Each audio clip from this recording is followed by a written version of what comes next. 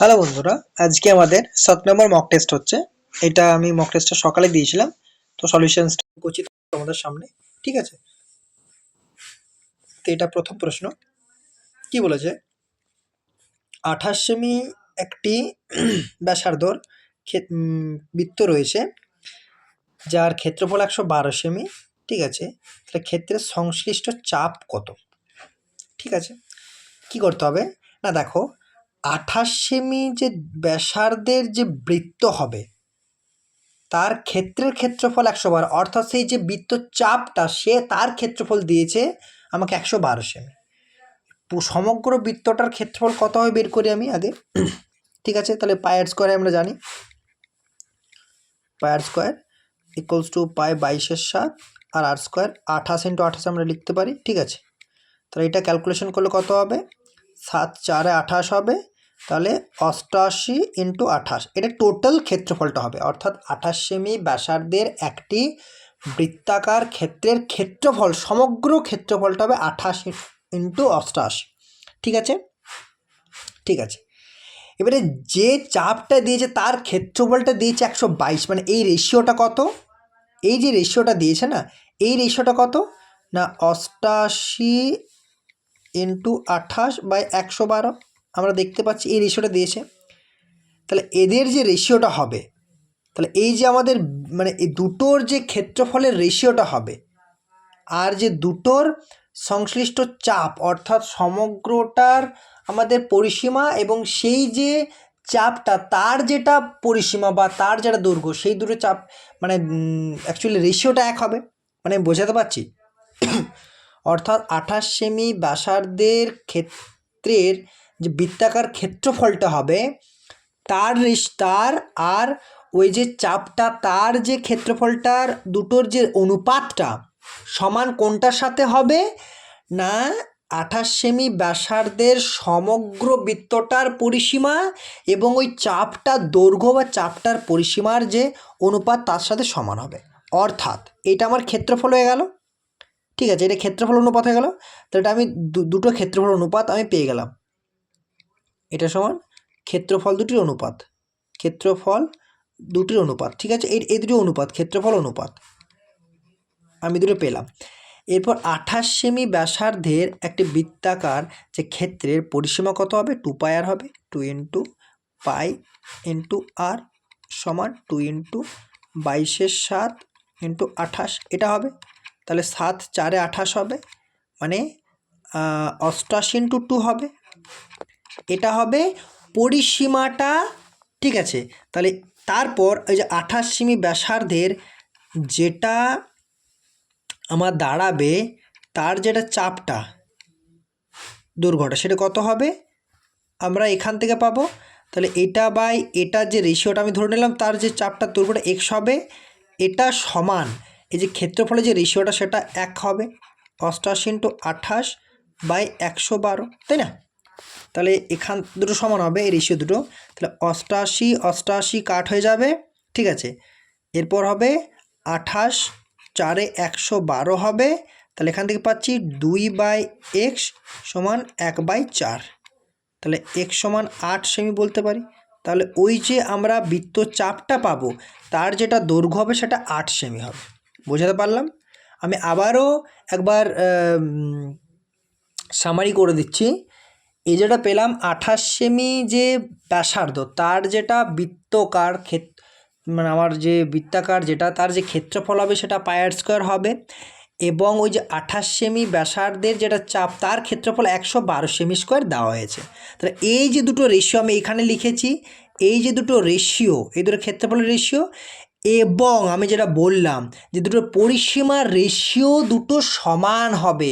অর্থাৎ 28 সেমি ব্যাসার্ধের যে বৃত্তাকার ক্ষেত্র তার যেটা পরিসীমা 2 পাই আর, অর্থাৎ 88 ইন্টু 2 পেলাম আমরা, এবং ওই যে 28 এবং যে চাপটা, ঠিক আছে, সংশ্লিষ্ট চাপ তার যে পরিসীমাটা, এই দুটো রেশিও সমান হবে। অর্থাৎ এই দুটো আর এই দুটো, অর্থাৎ পরিসীমা রেশিও সমান ক্ষেত্রফল রেশিও, দুটো সমান হবে, এটা বোঝাতে চাইলাম আমি। তাহলে এখান থেকে আমি বৃত্তের চাপটা কত পেলাম? 8 সেমি। ঠিক আছে, পরের প্রশ্ন কি বলেছে? একজন পুলিশ একজন চোরকে তাড়া করছে। ঠিক আছে, পুলিশ এবং চোরের গতিবেগ যথাক্রমে 8 কিলোমিটার পার আওয়ার এবং 6 kilometre per hour. Police 10 minute দেরিতে দৌড়ানো শুরু করলো, চোরকে কত দূর ধরবে? ঠিক আছে, যদি চোরের 6 কিলোমিটার ঘন্টা অর্থাৎ 1 ঘন্টায় 6 কিলোমিটার, তাহলে যদি 1 ঘন্টায় 6 কিলোমিটার যায়, আমি 60 মিনিটে 6 কিলোমিটার লিখতে পারি। 60 মিনিটে 6 কিলোমিটার যায়, এটা বলতে পারি। 1 ঘন্টা মানে 60 মিনিট, তো 60 মিনিটে 6 কিলোমিটার যায়। তাহলে যদি পুলিশ 10 মিনিট পরে দৌড়ায়, তারপরে যদি চোরটা 10 মিনিট সময় পায় দৌড়ানোর জন্য, তাহলে 10 মিনিটে কতটা যায় বলতেই পারি আমরা। ঠিক আছে, তাই যদি 6 দ্বারা ভাগ করি আমরা, 10 মিনিটে কতটা যাবে? 1 কিলোমিটার যাবে। তার মানে আমরা এখন যদি এটা ধরি, এই যে পি ফর পুলিশ আর টি ফর থিফ বা চোর, এদের মধ্যবর্তী ডিস্টেন্সটা কত? 1 কিলোমিটার। এদের মধ্যবর্তী ডিস্টেন্সটা এখন 1 কিলোমিটার। ঠিক আছে, হয়ে গেছে। এরপর পুলিশ আর চোর দৌড়ছে, একই দিকে দৌড়ছে, আর আমরা জানি দুজনে যদি বেগ থাকে তাহলে ওভারঅল বেগটা আপেক্ষিক বেগ হিসাবে কাউন্ট করতে হয়। আরেকটা কথা, যদি একই দিকে দৌড়ায় না, যদি সেম ডিরেকশন হয়, একই দিকে হয়, সেম ডিরেকশন হয় মানে একই দিকে হয়, সেম ডিরেকশন, তাহলে আপেক্ষিক বেগ যেটা হয় সেটা কিন্তু মাইনাস হয়ে যায়। ঠিক আছে, আপেক্ষিক বেগটা রিলেটিভ স্পিড যেটা হয়, রিলেটিভ স্পিড হবে, রিলেটিভ স্পিড সেটা কিন্তু দুটো স্পিডের মাইনাস হবে। অর্থাৎ যদি চোরের আমাদের স্পিড 6 কিলোমিটার আওয়ার হয় আর আমাদের পুলিশের স্পিড 8 কিলোমিটার পার আওয়ার হয়, তাহলে রিলেটিভ স্পিডে কত হবে? 8 - 6, অর্থাৎ 2 কিলোমিটার পার আওয়ার এদের আপেক্ষিক বেগ হয়ে গেল। ঠিক আছে, কনসিডার করতে হবে আমাকে। এরপর এদের মধ্যবর্তী ডিস্টেন্স কত? 1 কিলোমিটার। আপেক্ষিক বেগ কত? 2 কিলোমিটার পার আওয়ার। সময় কত লাগছে? 1/2 ঘন্টা, মানে হাফ ঘন্টা সময় লাগছে। এত আওয়ার, এইটা সময় লাগছে, কারণ দুজনের মধ্যবর্তী ডিস্টেন্স 1 কিলোমিটার আমরা দেখে নিয়েছি, দুজনের আপেক্ষিক বেগ 2 কিলোমিটার পার আওয়ার দেখে নিয়েছি। তাহলে সময় কত লাগছে?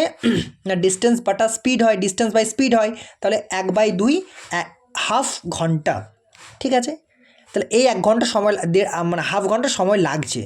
এরপর কী বলেছে? শুরু করলে চোরকে কত দূরে ধরবে? ঠিক আছে, দেখে নিই। তাহলে আমাদের যেটা পুলিশের স্পিড 8 কিলোমিটার পার আওয়ার, তাহলে কত দূরে ধরবে? ডিস্টেন্সটা কত পাবো? মানে এই যে চোর থেকে পুলিশের ডিস্টেন্সটা কত পাবো? ঠিক আছে, মানে ওদেরকে ধরতে তো সময় লাগছে, কত সময় লাগছে? হাফ ঘন্টায় ধরে দিচ্ছে, হ্যাঁ কি না? হাফ ঘন্টায় ও ধরে দিচ্ছে, মানে একে ধরতে হাফ ঘন্টা সময় লাগছে। তাহলে এরপর তো আমরা থেমে থাকবে না, না, চোরও যাবে পুলিশও যাবে, থেমে থাকবে না। তাহলে হাফ ঘন্টায় আমাদের পুলিশটা কত দূর যাবে? 4 কিলোমিটার যাবে। 1 ঘন্টা তো ওকে ছাড় দিয়েছে, 1 ঘন্টা ওকে আগে দিয়েছে। ঠিক আছে, তাহলে হাফ ইন্টু 8 = 4 কিলোমিটার। তাহলে কতক্ষণ পর ধরবে? 4 কিলোমিটার পর ধরবে। ঠিক আছে, 4 কিলোমিটার পর ধরবে। 4 কিলোমিটার, এই যে 4 কিলোমিটার আমরা পেলাম না, 4 কিলোমিটার। ঠিক আছে, এটা আমাদের উত্তর কত? 4 কিলোমিটার। ঠিক আছে, নেক্সট কোয়েশ্চেন। এটা উত্তর আমাদের কত হবে? 4 কিলোমিটার। ঠিক আছে, কি বলেছে? কোনো সংখ্যার 1/5 অংশ 10-এর 5 গুণ।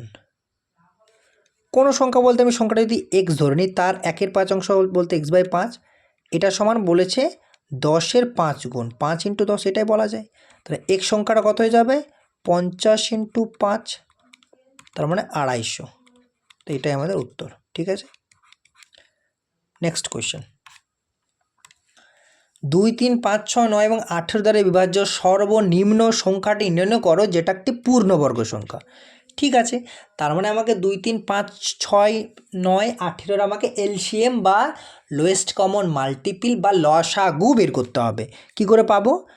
মাল্টিপিল খুঁজবো। 2 এর জন্য 2, ইন্টু 3 এর জন্য 3, ইন্টু 5 এর জন্য 5, ইন্টু 6 এর জন্য 2 × 3 আগেই লেখা হয়ে গেছে, একবার পেয়ে গেছি, তাহলে আর 6 এর জন্য আর কিছু লিখছি না। 9 এর জন্য কি হয়? 6 × 3, তাহলে 6 তো আছে, আর একটা 3 লিখতে হবে আমাকে। 18 জন্য কি হয়? 3 3 × 9 = 18, 3 3 9 = 18, তাহলে আর লিখছি না। ঠিক আছে, ঠিক আছে। এরপর কি হবে না, এটা হয়ে গেল 90, তাহলে এদের এলসিএম কত হয়ে গেল? 90। 90 এদের এলসিএম। ঠিক আছে, 90 এদের কিন্তু এলসিএম হয়ে গেল। এরপর কি বলেছে যে মানে সবথেকে ছোট কোন সংখ্যাটি পূর্ণবর্গ সংখ্যা হবে যেটা দ্বারা ভাগ করা যাবে। তো 90 মাল্টিপল খুঁজতে হবে। তো 90 মাল্টিপল একমাত্র 900 আছে। এটাও হয় 3600 90 মাল্টিপল হবে, কিন্তু 3600 900 থেকে বড় হবে। এটা 30 স্কোয়ার, এটা হবে 60 স্কোয়ার।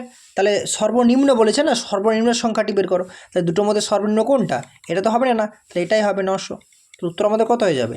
90 মাল্টিপল 90 × 10 900। ঠিক আছে, এটা আমাদের উত্তর 900। ঠিক আছে, পরের প্রশ্ন কি বলেছে? 5, 8, 15 চতুর্থ সমানুপাতিক কত হবে? আমরা সকলেই জানি 5:8 ইকুয়ালস টু হয় 15 কত? এক্স আমরা ধরে নিই। তাহলে 5 ডিভাইডেড বাই 8, এটা সমানের চিহ্ন হয় 15 ডিভাইডেড বাই এক্স। তাই যদি কোনাকুনি গুণ করি আমরা দেখতে পাবো, যদি কোনাকুনি গুণ করি 5x সমান দেখতে পাবো 15 × 8, 15 × 8। ঠিক আছে, 8।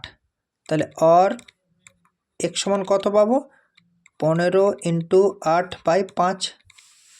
তাহলে x সমান পাবো 5, 3 × 15। ঠিক আছে, তাহলে 8 × 3 পেয়ে গেলাম। তাহলে x সমান কত হয়ে গেল? 24 হয়ে গেল না? তাহলে এটা আমাদের উত্তর। ঠিক আছে,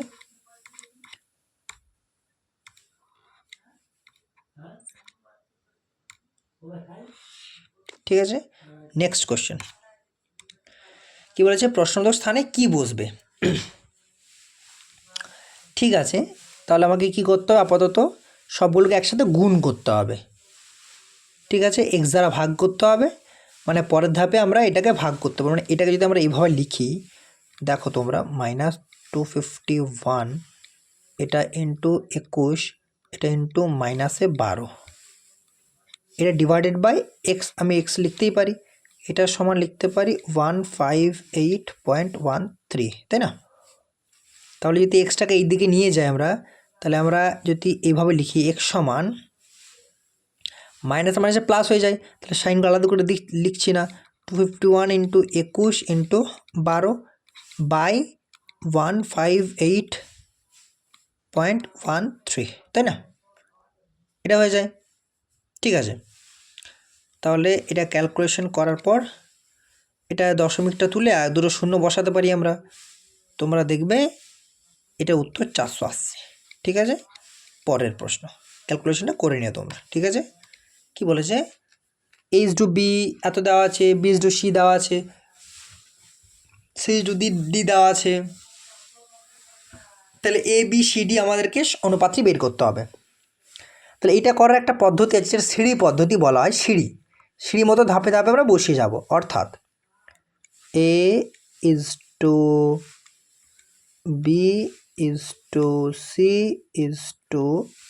তাই না? সিঁড়ির মতো ধাপে ধাপে কীভাবে বসিয়ে যাবো? h/b 2:3 দেওয়া হয়েছে, তাহলে 2:3। বাকিগুলো কিন্তু এই যে সিঁড়ি মতো চাপিয়ে যাবো, এখানেও 3, এখানেও 3।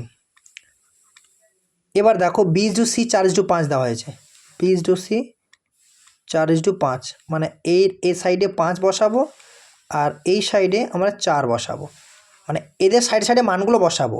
C/D 3:7 দেওয়া আছে, C/D 3:7 দেওয়া হয়েছে। তাহলে এটাও 3 টেনে দেবো, এটাকেও 3-এ টেনে দেবো। এরপর কী করবো? প্রত্যেকটাকে গুণ করে রেশিও বের করবো আমরা। তাহলে এটা যদি গুণ করি 24 হবে, এটা যদি গুণ করি 36 হবে, এটা যদি গুণ করি 45 হবে, আর এটা যদি গুণ করি 105 হবে। তা রেশিওটা কত দাঁড়াবে? 24:36 45:105। এটা আমাদের আলটিমেট উত্তর হবে। ঠিক আছে, যদি এটাকে আরেকটু ক্যালকুলেশন করি, দেখো আমরা 8, 8, 12, 15, 135 দেওয়া আছে না?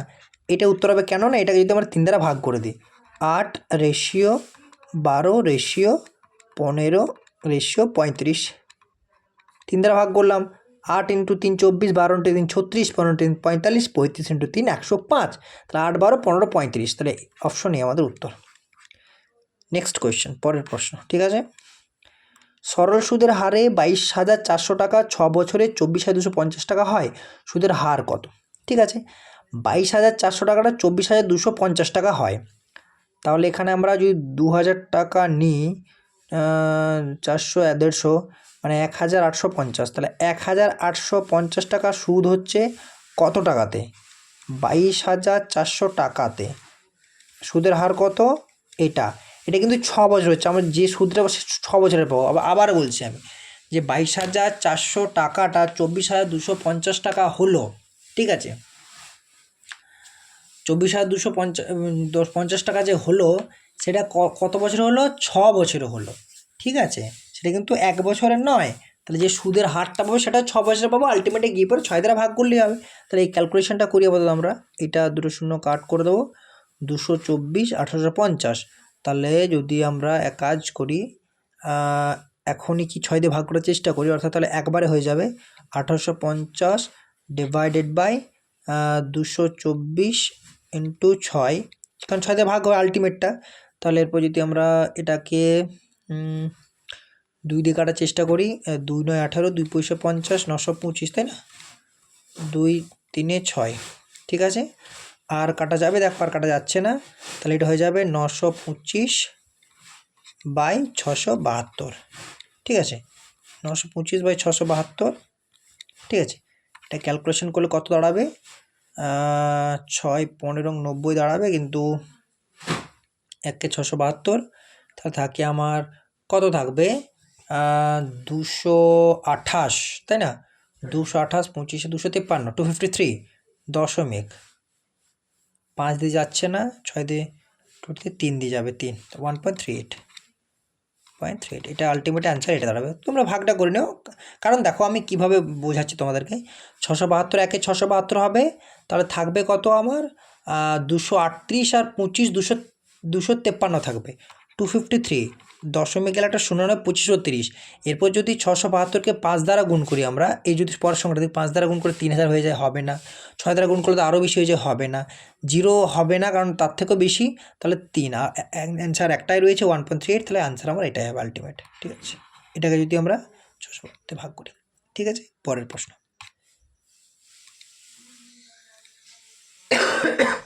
সরি বন্ধুরা, 3টি বাইকের গতিবেগের অনুপাত দেওয়া হয়েছে 3:5:7 করে। একই দূরত্ব অতিক্রম করতে তাদের অতিবাহিত সময়ের অনুপাত কত? দেখো আমরা জানি ডিস্টেন্স বা দূরত্ব সমান স্পিড ইন্টু টাইম, অর্থাৎ গতিবেগ ইন্টু সময় হয়। আবার যদি দূরত্বটা কনস্ট্যান্ট থাকে, তাহলে স্পিড ভ্যারিজেস 1/t হয়।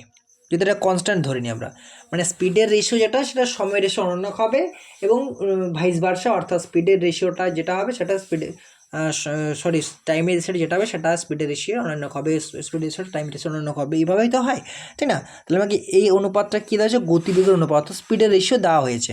অর্থাৎ স্পিডের রেশিও যদি দেওয়া হয় সেটা 3:5:7, তাহলে আমার সময়ের রেশিওটা কী হবে? অনন্য হয়েছে, অর্থাৎ 1/3 রেশিও 1/5 রেশিও 1/7, ঠিক আছে? এটা ছিল আমাদের এস ফর স্পিডের রেশিও, এটা হবে টি ফর টাইমের রেশিও, ঠিক আছে? তাহলে 1 3 5 7, তাহলে যদি আমরা এটাকে ধরে নিই 105 ধরে নিই, যদি আমাদের লসাগু করতে হবে, কারণ নিচের টাকা আমাদের একই করতে হবে, 3 5 সাথে লসাগু 105 হয়, তাহলে আমাদের 105 করতে, নিচের টাকা 105 করলে নিচেরগুলো সবগুলোই ক্যান্সেল আউট হয়ে যাবে। তাহলে এটাকে 35 দ্বারা গুণ করতে হবে, এই যে রেশিওটাকে 35 দ্বারা গুণ করতে হলে 35, নিচে তো 105 হয়ে যাবে। রেশিও এটাকে কত দ্বারা গুণ করতে হবে? 21 দ্বারা গুণ করতে হবে।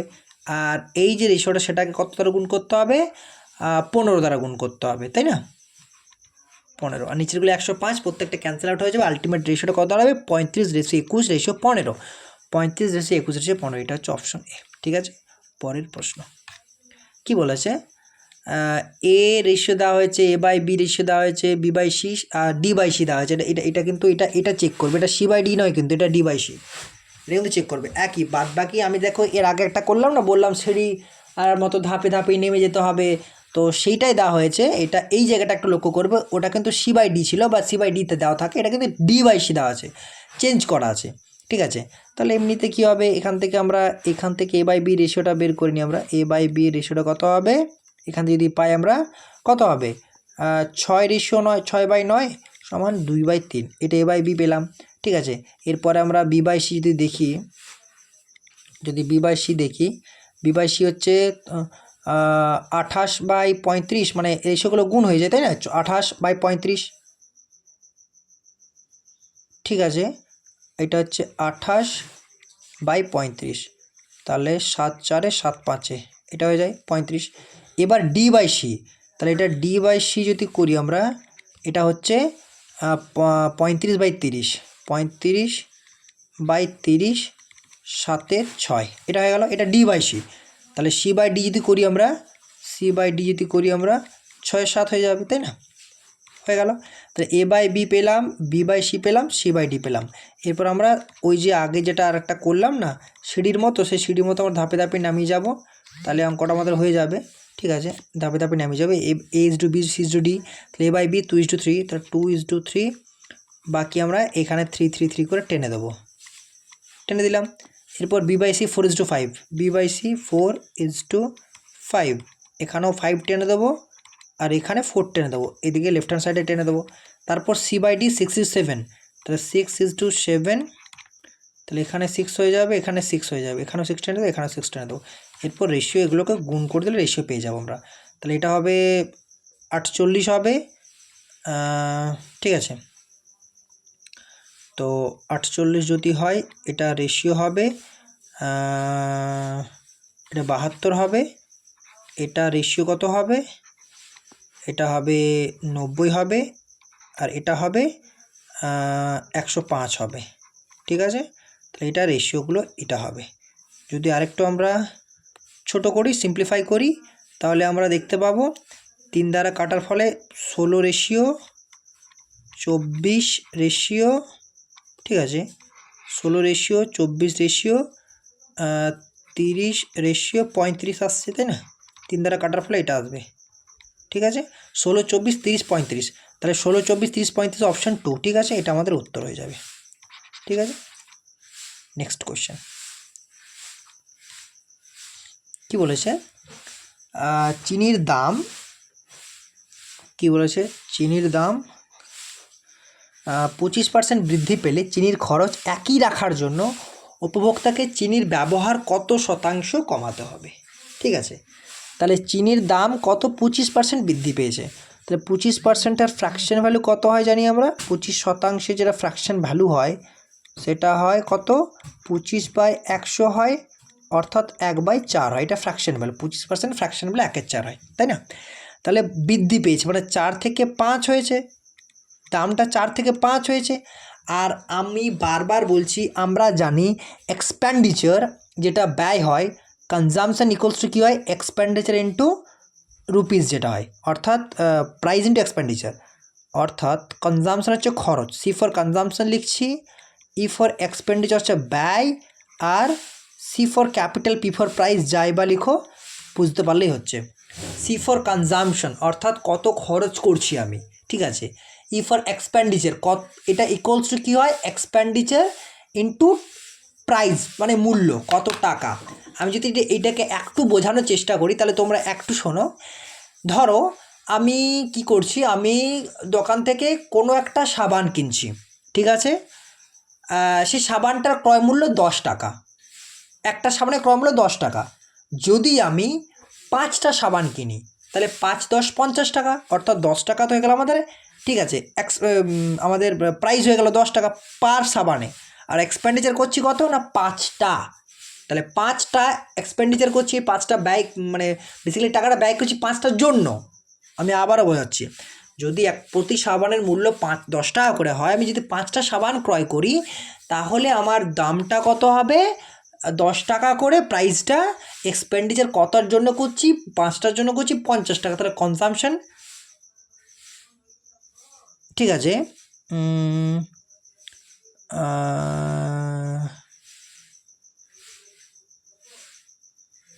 সরি বন্ধুরা, একটু আমার ক্যালকুলেশনে ভুল হলো, এটা কনজামশন হবে না, এটা expenditure equals to price into consumption হবে। এই জায়গাটা একটু ভুল হলো, এই জায়গাটা আমি তারপরেই ভাবছি যে কিছু কি ভুল বলছি।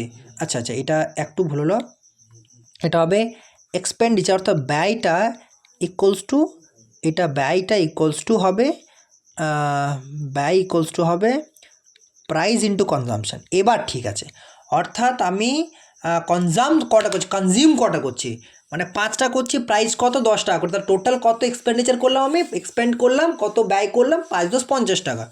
আমি আবার একবার বলে দিচ্ছি, প্রথমবারে ভুল হয়েছিল আমার, এবার বলে দিচ্ছি আমি, expenditure equals to price into consumption.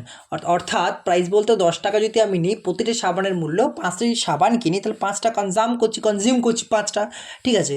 আর 10 টাকা করে ব্যয় করছি পার সাবানে, তাহলে 50 টাকা টোটাল, তাহলে এটা হচ্ছে এক্সপেন্ডিচার। এরপর দেখো, এরপর কি বলা হয়েছে যে চিনির খরচ একই রাখার জন্য চিনির দামটা বেড়েছে, আগে 4 টাকা ছিল, এখন 5 টাকা হয়েছে। যদি আমি এক্সপেন্ডিচারটাকে একই রাখতে চাই, তাহলে কনজামশনটা কি করতে হবে, ঠিক আছে, তাহলে আমাকে 5 থেকে 4 করতে হবে। অর্থাৎ আগে আমি 5 কিনলে বা 5টা কিনলে এখন 4টা করে কিনতে হবে। বুঝতে পারলাম? দেখো এখন দেখো, দুটো গুণ করলে 5 × 4 = 20, 5 × 4 = 20, অর্থাৎ expenditure equals to price into consumption. আর এটা হচ্ছে আমাদের প্রাইসের রেশিও, এটা কনজামশনের রেশিও, দুটো গুণ করলে দেখো এক্সপেন্ডিচারটা সেম থাকবে, এটাও 20 থাকবে, এটাও 20 থাকবে। তাহলে অ্যাকচুয়ালি আমার সেটাই বলেছে যে যদি আমি চিনির ব্যবহার এক্সপেন্ডিচার একই রাখতে চাই, খরচটা একই রাখতে চাই, খরচটা আগে 20 ছিল, এখনও 20 রাখবো, তাহলে আমার যে প্রাইসটা যদি বেড়েছে, তার মানে আমাকে খরচটা মানে কী বলবো, ব্যবহারটা কমাতে হবে, খরচটা না, অ্যাকচুয়ালি ব্যবহারটা কমাতে হবে। তাহলে এটা করতে হবে অ্যাকচুয়ালি, ঠিক আছে। তার মানে আগে যদি 5 ছিল, এখন 4, তাহলে কত কমাবো, 1 কমাবো, কততে, 5-এ, শতাংশ কত, 1/5 × 100, তাহলে এটা কত হবে, এটা 20% কমাবো। ঠিক আছে, আমি বোঝাতে পারলাম? আমি আবার বলে দিচ্ছি, এক্সপেন্ডিচার ইকুয়ালস টু হয় প্রাইস ইন্টু কনজামশন। আমি যেটা উদাহরণ দিলাম যে প্রতিটি সাবানে যদি আমাদের ক্রয় মূল্য যদি বলি 10 টাকা করে কিনছি আমরা, মানে সেটা অ্যাকচুয়ালি ব্যয় করছি, আমরা টাকাটা ব্যয় করছি, তাই না? তো আর 5টা যদি সাবান কিনি, 5টা যদি আমি কনজিউম করি, মানে 5টা যদি নিই আমি ব্যবহার করি বেসিক্যালি, তাহলে 50 টাকায় টোটালটা হয়ে যাবে আমাদের খরচ, ঠিক আছে। তাহলে সেটাই বলেছে যে যদি আমার খরচটা বেড়ে যায়, তাহলে আমাকে ব্যবহারটা কত কমাতে হবে, যদি আমরা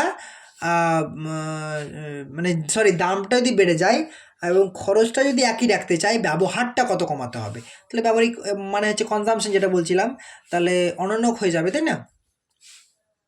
অনন্যক হয়ে যাবে, কারণ যদি 4 থেকে 5 ছিল, তাহলে এখন 5 হলে 4 হয়ে যায়, অনন্যক করতে হবে আমাদেরকে। তো সেটাই আর কি। তো ব্যাস, পরের কোশ্চেন, ঠিক আছে। ঠিক আছে, এরপর চলে যাব নেক্সট কোয়েশ্চেন। কী বলছে, 70 কিলোমিটার/ঘন্টা গতিবেগে যাত্রা করা একটি গাড়ি একই দিকে যাত্রা করা একটি বাসকে অতিক্রম করছে, ঠিক আছে। এটিকে 18 সেকেন্ডের মধ্যে 170 মিটার পিছনে ফেলে এগিয়ে যায়, বাসের গতিবেগ কত? ঠিক আছে, তার মানে এটা বলতে চাইছে একই দিকে যাচ্ছে। আমি এর আগেও একটা কোয়েশ্চেনে বললাম যে আমাদের যেহেতু দুটো গতি,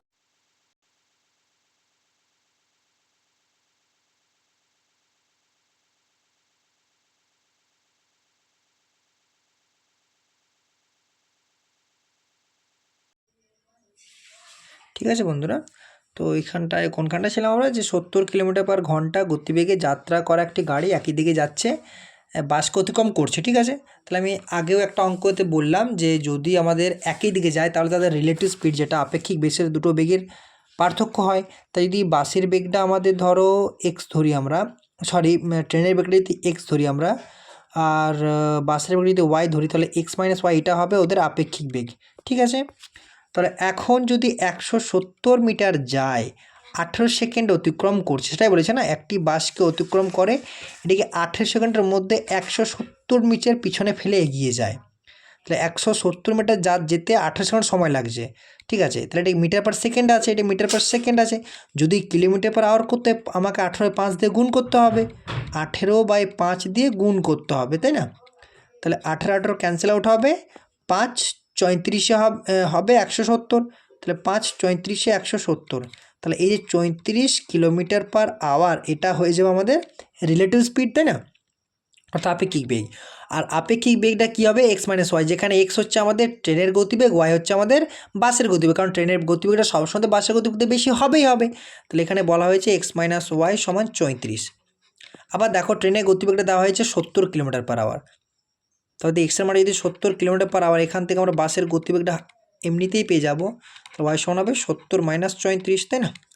তাহলে ওয়াই সমান হয়ে যাবে কত, 36 কিলোমিটার পার আওয়ার হয়ে যাবে, 36 কিলোমিটার পার আওয়ার। ঠিক আছে, তাহলে বাসের গতিবেগটা কত হবে, 36 কিলোমিটার পার আওয়ার। ঠিক আছে, বোঝাতে পারলাম। পরের প্রশ্ন কি বলেছে, যদি একটি 8 অঙ্কের সংখ্যাটি 88 দ্বারা বিভাজ্য হয় তাহলে বৃহত্তম মান, এই জায়গাটা নোট করবে তোমার, বৃহত্তম মান। যখন বলবে বৃহত্তম তখন আমাকে বৃহত্তম মানের দিকে ছুটতে হবে, যখন বলবে ক্ষুদ্রতম তখন আমাকে ক্ষুদ্রতম মানের দিকে ছুটতে হবে। যদি কিছু বলা না থাকে তাহলে কোনো ব্যাপার নেই, ক্ষুদ্রতমটাই বেশি প্রেফারেবল হয়। ঠিক আছে, যখন বৃহত্তম বলে দিয়েছে তার মানে আমাকে বৃহত্তম মানই বের করতে হবে, তার মানে এক্স এর বৃহত্তম মান চাই। এবার দেখো 88কে কি আমরা এভাবে লিখতে পারি, 88কে কি আমরা এইভাবে লিখতে পারি, 8 আর 11 মাল্টিপিল।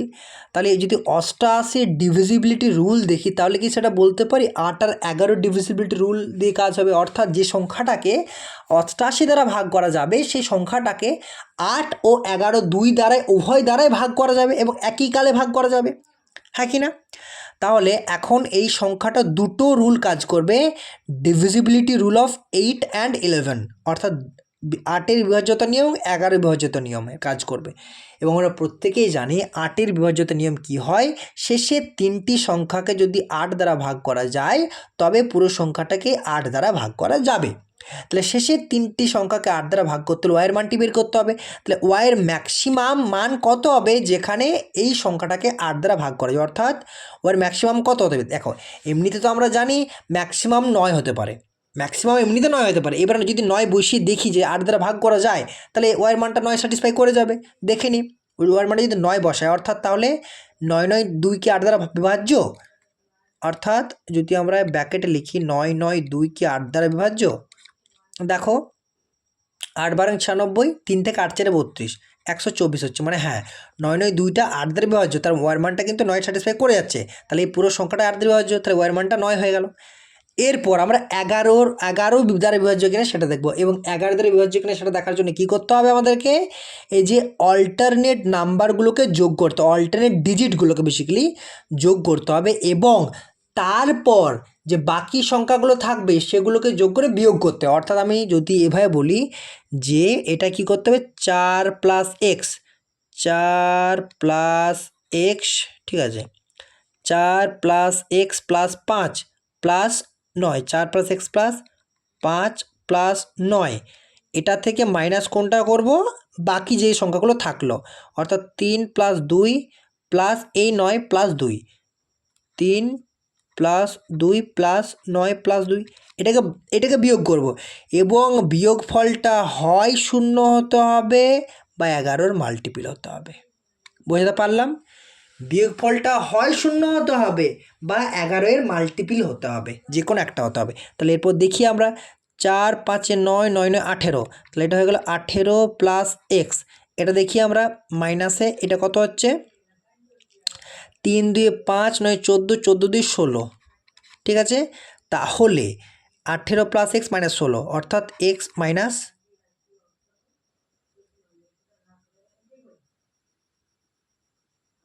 কিছু একটা ভুল হলো, 4 plus x 4 plus x plus 9 plus 9, 4 plus x, 4 plus x plus 4 plus x plus 5 plus 9, 4 plus x plus plus 9, এটা হয়ে গেল 3 plus 2 plus 9 plus 2, 3 plus 2 plus 9 plus 2, 3 2 5, 5 2 7, 7 9 16, ঠিক আছে। তাহলে এটা হয়ে যাবে 4 প্লাস 5 4 9 9 18, 18 প্লাস এক্স মাইনাস 16, ঠিক আছে, মাইনাস 16 যদি হয় তাহলে যদি কত যাবে, এটা হয়ে যাবে কত 18 প্লাস 4 প্লাস 5 9 9 18 প্লাস এক্স, 3 2 5 5 9 14, 14 16, তাহলে মাইনাস 16, কিছু একটা ভুল হচ্ছে তাই না, কিছু একটা ভুল কী করে হচ্ছে,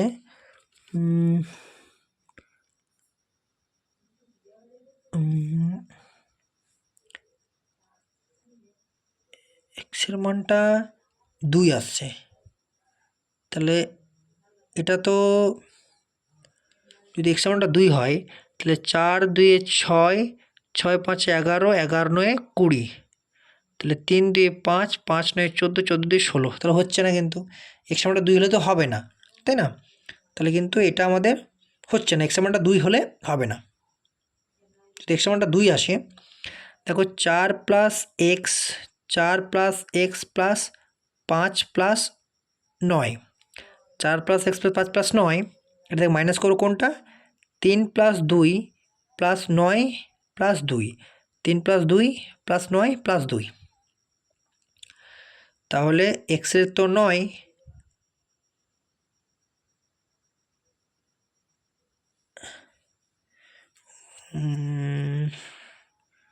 18x 18x, তাহলে এটা কিন্তু হচ্ছে না, তাই না? তাহলে এটা আমাদেরকে ক্যান্সেল আউট করতে হবে।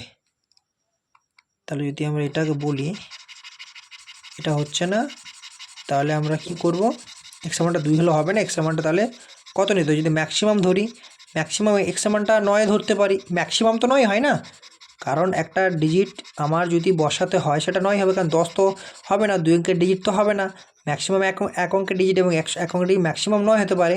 যদি ম্যাক্সিমাম 9 হয়, আমি যদি 9 পুট করার চেষ্টা করি, দেখো আমাদের ওয়াইয়ের মানটা 9 ম্যাক্সিমাম পুট করে আমরা স্যাটিসফাই করে গেছে, এক্সের মানটা আমি তো কীভাবে করতে দেখিয়ে দিলাম যে আমাদের অল্টারনেট ডিজিটগুলোকে যোগ করতে হবে, তারপর সেগুলো থেকে বাকি যে অল্টারনেটগুলো থাকবে যেগুলো বাদ দিয়েছিলাম সেগুলোকে যোগ করে বিয়োগ করতে আলটিমেটে গিয়ে পড়ে, তারপর আমরা এটা চেক আউট করবো যে আমাদের যে যোগফলটা বিয়োগফলটা হলো সেটা 0 আসছে নাকি, মানে হয় 0 আসবে নাহলে 11 মাল্টিপল আসবে, যে কোনো একটা হবে, 0 হলে 0 হবে, নাহলে 11 মাল্টিপল হবে, ঠিক আছে?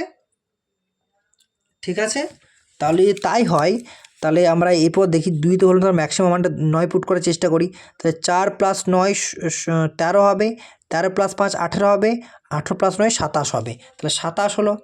এরপর আমরা কি দেখব, অল্টারনেট ডিজিটগুলো দেখব, একটা 27 হলো, আবার এরপর অল্টারনেট ডিজিট বলতে 3 প্লাস 2 5 হবে, 5 প্লাস 9 14 হবে, 14 প্লাস 2 16 হবে, তাহলে 27 যদি 16 বাদ দিই তাহলে 11 আসছে, এবং 11টা 11 মাল্টিপল হয় সবাই জানি আমরা, তাহলে কিন্তু স্যাটিসফাই করছে, তার মানে এক্সের মানটাও 9 হবে, ওয়াইয়ের মানটা 9 হলো, এক্সের মানটাও 9 হবে। তাহলে এরপর যেটা আমাকে বলেছে 5x প্লাস 2y, এর মানটা 5x প্লাস 2 এটা বের করতে হলে কী করতে হবে, 5 ইন্টু 9 প্লাস 2 ইন্টু 9, ঠিক আছে, এটা হয়ে যাবে কত, এটা 45 প্লাস 18, এটা কত হয়ে যাবে, 63 হয়ে যাবে, ঠিক আছে, 63। নেক্সট কোশ্চেন কী বলেছে, কোশ্চেনটা কী বলেছে আমাকে, পুনিত একা একটি কাজ 30 দিনে শেষ করতে পারে এবং সুমিত একা সেই কাজটির অর্ধেক সময় শেষ করতে পারে, তাহলে পুনিত যদি কাজটা 30 দিনে শেষ করতে পারে, যদি পুনিত কাজটা 30 দিনে শেষ করতে পারে, তাহলে কিন্তু সুমিত সেই কাজটি 15 দিনে শেষ করতে পারে। আর টাইম অ্যান্ড ওয়ার্কের অঙ্কতে আমরা কি বলেছি, এলসিএম নেবো, এলসিএম নেওয়ার পর, কারণ আমরা জানি ওয়ার্ক ইকুয়ালস টু কী হয়, এফিশিয়েন্সি ইন্টু টাইম হয়, তাহলে সবসময় তো আমাকে এফিশিয়েন্সি দরকার, তাহলে এফিশিয়েন্সি কীভাবে পাবো, টোটাল ওয়ার্ককে সময় দ্বারা ভাগ করব, তাহলে পি এর এফিশিয়েন্সি 1 আর এস এর এফিশিয়েন্সি হয়ে যাবে 2, হয়ে গেল। তারা দুজনে একত্রে একদিনে মোট কাজের এত অংশ, টোটাল কাজ তো 30, তা তার হাফ অংশ বলতে 30/2, এই হাফ অংশ 15, তাহলে 15 কাজটা দুজনে মিলে যদি করে, এফিশিয়েন্সি কত, 15 কাজ হয়ে গেল, তাহলে 15 কাজটা যদি দুজনে মিলে করে, দুজনে মোট এফিশিয়েন্সি 3, 2 + 1 হয়ে যাবে, তাহলে 15/3, তাহলে টোটাল সময় কত লাগবে, অর্থাৎ টোটাল ওয়ার্ক আপন এফিশিয়েন্সি, তাহলে টোটাল ওয়ার্ক 15, কারণ টোটাল ওয়ার্ক 30, তার অর্ধেক কাজ করতে হবে আমাকে, তাই না, তাহলে এমনিতে টোটাল ওয়ার্ক 30 হলেও অর্ধেক কাজ করতে হবে, তাহলে 15 কাজ করতে হবে, টোটাল এফিশিয়েন্সি হচ্ছে 2 আর 1 3, তাহলে টোটাল যে আমাদের সময় লাগবে কত, 5 দিন, ঠিক আছে, 5 দিন সময় লাগবে, ঠিক আছে। নেক্সট কোয়েশ্চেন কি বলেছে, চক্রবৃদ্ধি সুদে বার্ষিক চক্রবৃদ্ধি বিনিয়োগ করে একটি রাশি 2 বছরে এত টাকা হয়ে যায়, ঠিক আছে, সুদের হার বার্ষিক 18% হলে বিনিয়োগের পরিমাণ কত? ঠিক আছে, চক্রবৃদ্ধি সুদে বিনিয়োগ করে একটি রাশি 2 বছরে এত টাকা হয়, সুদের হার বার্ষিক 18% হলে বিনিয়োগের পরিমাণ কত? আমরা জানি যে চক্রবৃদ্ধি সুদ হয়, সুদের উপর সুদ নিতে হয়, তাহলে 18%-এর যেটা 2 বছরের চক্রবৃদ্ধি সুদ কত হবে না সাকসেসিভ হবে, তাই না? সাকসেসিভ রেট অফ ইন্টারেস্ট হবে, অর্থাৎ আমরা জানি x plus y plus x y by 100 হয়, তাহলে এখানেও এক্স 18, ওয়াইটাও 18, তো এটা হবে প্লাস 18 ইন্টু 18 বাই 100, তাই না? তাহলে 18 36 প্লাস 18 ইন্টু 18 324 হয়, 324 বাই 100 হতে 3.24 হবে, তাই না? তাহলে এটা হচ্ছে 39.24। এটা টোটাল আমার সুদটা। আর বলেছে চক্রবৃদ্ধি সুদে বার্ষিক বিনিয়োগ করে একটা রাশি 2 বছরে এত টাকা হয়ে যায়, তার মানে এটা সুদ প্লাস আসল দেওয়া হয়েছে। তাহলে সুদ যদি 39.24 হয়, সুদ প্লাস আসল কত হবে? 139.24 হবে। তার মানে কি আমি বলতে পারি না এই যে 139.24 এটার ভ্যালুটাই বলা হয়েছে 9746.8। তাহলে একের ভ্যালু কত হবে না, এগুলো রেশিও সব প্রত্যেকটাই, এটা এক রেশিও দিদি 9746.8 বাই 139.24। আর 100 রেশিওর ভ্যালু যদি বলতে চাই আমরা, 100 রেশিওর ভ্যালু কত হবে? ঠিক আছে, 9746.8 বাই 139.24 ইন্টু 100 হয়ে যাবে। ঠিক আছে, তাহলে দেখো তোমরা আপাতত অ্যান্সারটা দেখবে 7000 আসবে, এটা ক্যালকুলেশন করবে 7000 আসবে। ঠিক আছে, নেক্সট কোশ্চেন। 6টি ম্যাচে একজন বোলারের দেওয়া গড় রান 36 এবং অন্য 5টি ম্যাচে এত, 11টি ম্যাচে টোটাল গড় রানটা কত? তাহলে 6টি ম্যাচে যদি 36 গড় হয়, তাহলে 6টি ম্যাচে টোটাল রান কত হবে? 6 ইন্টু 36 হবে, 6 ইন্টু 36 হবে। ঠিক আছে, 6 ইন্টু 36 হবে টোটাল 216, এটা টোটাল রান, 6টি ম্যাচে টোটাল রান। 5টি ম্যাচে গড় 20.5, তাহলে 5টি ম্যাচের টোটাল কত হবে? 20.5 হবে, তাহলে কত হবে? 102.5 হবে, তাই না? তাহলে টোটাল 11টি ম্যাচে রান কত? 216 প্লাস 102.5, আর টোটাল ম্যাচ কত? 11টি, তাহলে গড় এভারেজ হয়ে যাবে।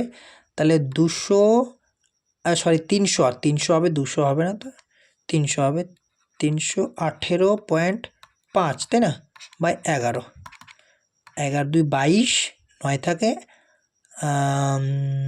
11 8 88 হবে, তাহলে অ্যান্সার আমার 2895 হবে, 28.95। ঠিক আছে, এটাই আমাদের উত্তর। নেক্সট কোশ্চেন কি বলেছে? একটি পরীক্ষায় অতুল 30% নম্বর পেয়েছে, 30% নম্বর পেয়েছে এবং 10 নম্বরের জন্য ফেল করেছে। কুণাল 40% নম্বর পেয়েছে, পাস করার জন্য প্রয়োজনীয় নম্বর চেয়ে 30 নম্বর বেশি পেয়েছে। তার মানে যে কন্ডিশনটা দেওয়া হয়েছে না আমাকে, 30%, অতুল পেয়েছে কত? অতুল, এ4 অতুল যদি লিখি, 30% তো পেয়েছে এবং পাস করার জন্য 10 নাম্বার ফেল করেছে 10 নম্বরে। তার মানে যদি আরও 10 নম্বর পেতো সে পাস করে যেত, মানে এটা পাসিং মার্কস। বুঝতে পারলাম? 10 নম্বরে যে ফেল করেছে মানে 30% তো পেয়েছে, সে 10 নম্বরের জন্য ফেল করেছে। তার মানে যদি সে অতিরিক্ত 10 নম্বরটি পেতো তাহলে কিন্তু পাস করে যেত। তাহলে অতুলের জন্য যেটা পাসিং মার্কসটা কত? 30% আর 10 নাম্বার। ঠিক আছে, এরপর কোণালের কন্ডিশনটা কি বলেছে? বলেছে সে 40% নম্বর পেয়েছে। ঠিক আছে, নম্বর পেয়েছে 40%, সে পাস করার জন্য প্রয়োজনীয় নম্বর চেয়ে 30% নম্বর বেশি পেয়েছে, মানে 40% পেয়েছে এবং 30 নম্বর বেশি, তাহলে সেই 30টা যদি বাদ দিয়ে দিই তাহলে এটাও পাসিং নাম্বার হয়ে যাবে। আমি বোঝাতে পারলাম? মানে এটা অতুল 30% নম্বর পেয়েছিল, 10 নম্বরের জন্য ফেল করেছে, মানে 30 নম্বর পাওয়ার পর যদি আরও 10 নম্বরটি পেত তাহলে পাস করে যেত। ঠিক আছে, সে 40 নম্বর তো পেয়েছে, 40। এরপর বলেছে কুণালের কন্ডিশন, কুণাল কি 40% নম্বর পেয়েছে, অলরেডি পেয়ে গেছে, এরপর 30 নম্বর অতিরিক্ত পেয়েছে, যেটা পাস মার্কস যেটা বলা হয়েছে, কারণ এখানে বলা হয়েছে পাস করার জন্য, তাই না? এই যে পাস করার জন্য, তাহলে 30 নাম্বারটা যদি মাইনাস করে দিই তার মানে এও পাস করে গেছে। তাহলে আমরা কি বলতে পারি না দুটোই তো পাসিং মার্কস এবং দুটোই তো ইকুয়াল হবে। তাহলে 30% ঠিক আছে, প্লাস 10 ইকুয়ালস টু 40% প্লাস 30 দুটো বলতে পারি। তাহলে শতাংশের ভ্যালুটা দেখি আমরা, তাহলে 30 আর -10 মানে 30 যদি আমি 40টা এইদিকে লেফট হ্যান্ড সাইডে নিয়ে যাই -40 হয়ে যাবে, তাহলে সেটা -10 দাঁড়াবে, -10% ইকুয়ালস টু দাঁড়াবে কত, এটা তো -30 হবে না, এটা -30 হবে, এই যে 30টা -30 হবে, মানে এটা -30 অলরেডি আছেই, এদিকের প্লাসটা যদি এদিকে যায় সেটাও মাইনাস হবে, অর্থাৎ -30 -10 -40 দাঁড়াবে, -40 10% সমান 40, মাইনাসে মাইনাস মাইনাসে ক্যান্সেল আউট হবে, 10% ইকুয়ালস টু 40 নম্বর, এটা কিন্তু নম্বরে এটা দাঁড়ালো। এরপর আমরা কী বলেছে, পাসিং শতাংশ নির্ণয় করি। তাহলে শতাংশ বলতে যে কোনো একটাতে হয়, এটাও পাসিং মার্কস মানে শতাংশ প্লাস মার্কস একসাথে আছে, এটাও শতাংশ প্লাস মার্কস একসাথে আছে, তাহলে পাসিং শতাংশ বের করতে হবে, অর্থাৎ নাম্বারটাকে শতাংশে আমাকে কনভার্ট করতে হবে। যদি 30%, যদি আমি উত্তরেরটাই ধরি, তাহলে 30% নাম্বার পেয়েছে, আর 10 নম্বর পেলে সে পাস করে যেত। তাহলে যদি 40 নম্বরের ভ্যালু, তাহলে 10 নম্বরের ভ্যালুটা কত পার্সেন্ট হচ্ছে সেটা দেখতে হবে। তাহলে যদি 40 নম্বরের ভ্যালুটাই আমার 10% হয়, তাহলে এখানে কত মার্কস আছে, 10 মার্কস আছে, তাহলে 10 মার্কসের ভ্যালুটাই কি 2.5% বলতে পারি না? পারি তো।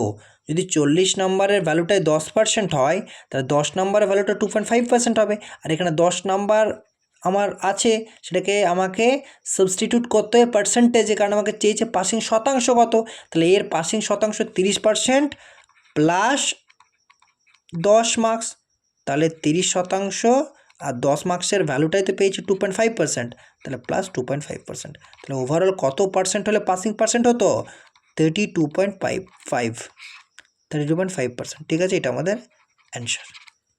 নেক্সট কোয়েশ্চেন, ঠিক আছে,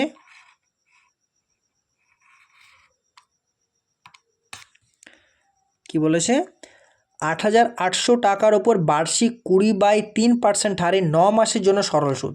ঠিক আছে, টাকাটা কত না 8,800 টাকা, কারণ আমরা জানি আই সমান PR/100 হয়, যদি আমরা আই লিখি আই সমান পি, আর বলতে কত 20/3, ঠিক আছে, টি কত বছরে হয়, তো এটা 9 মাস দেওয়া আছে, বছর করতে গেলে 12 দিয়ে ভাগ করতে হবে, আর 100 দিয়ে গুণ করতে হবে, এটাই, ঠিক আছে।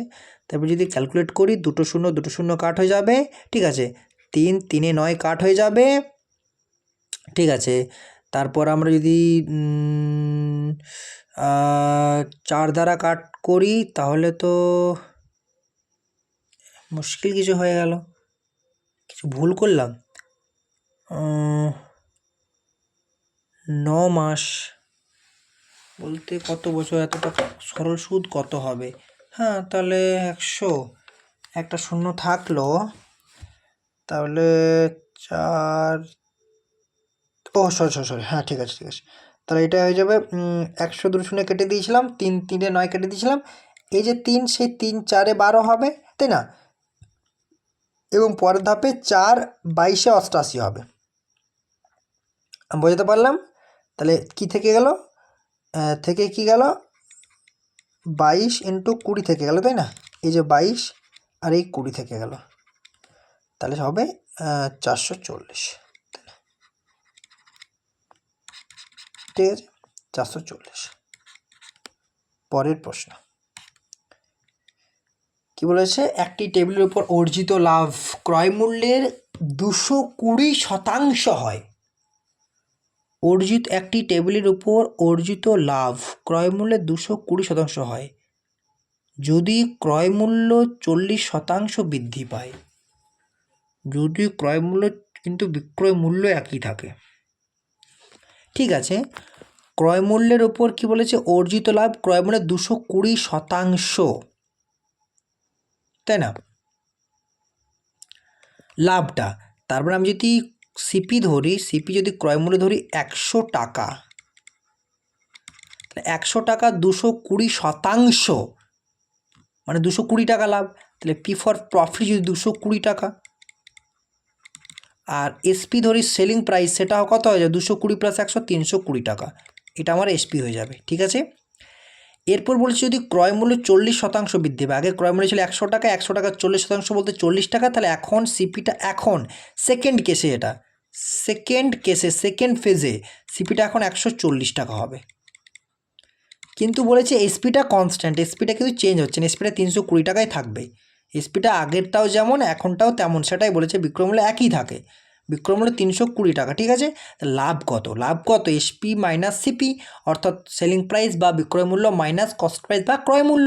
320 থেকে 140 টাকা বাদ দিয়ে 180 টাকা লাভ, কততে? ক্রয় মূল্যে লাভটা হয় 100 দ্বারা গুণ করলে শতাংশে পাবো আমরা।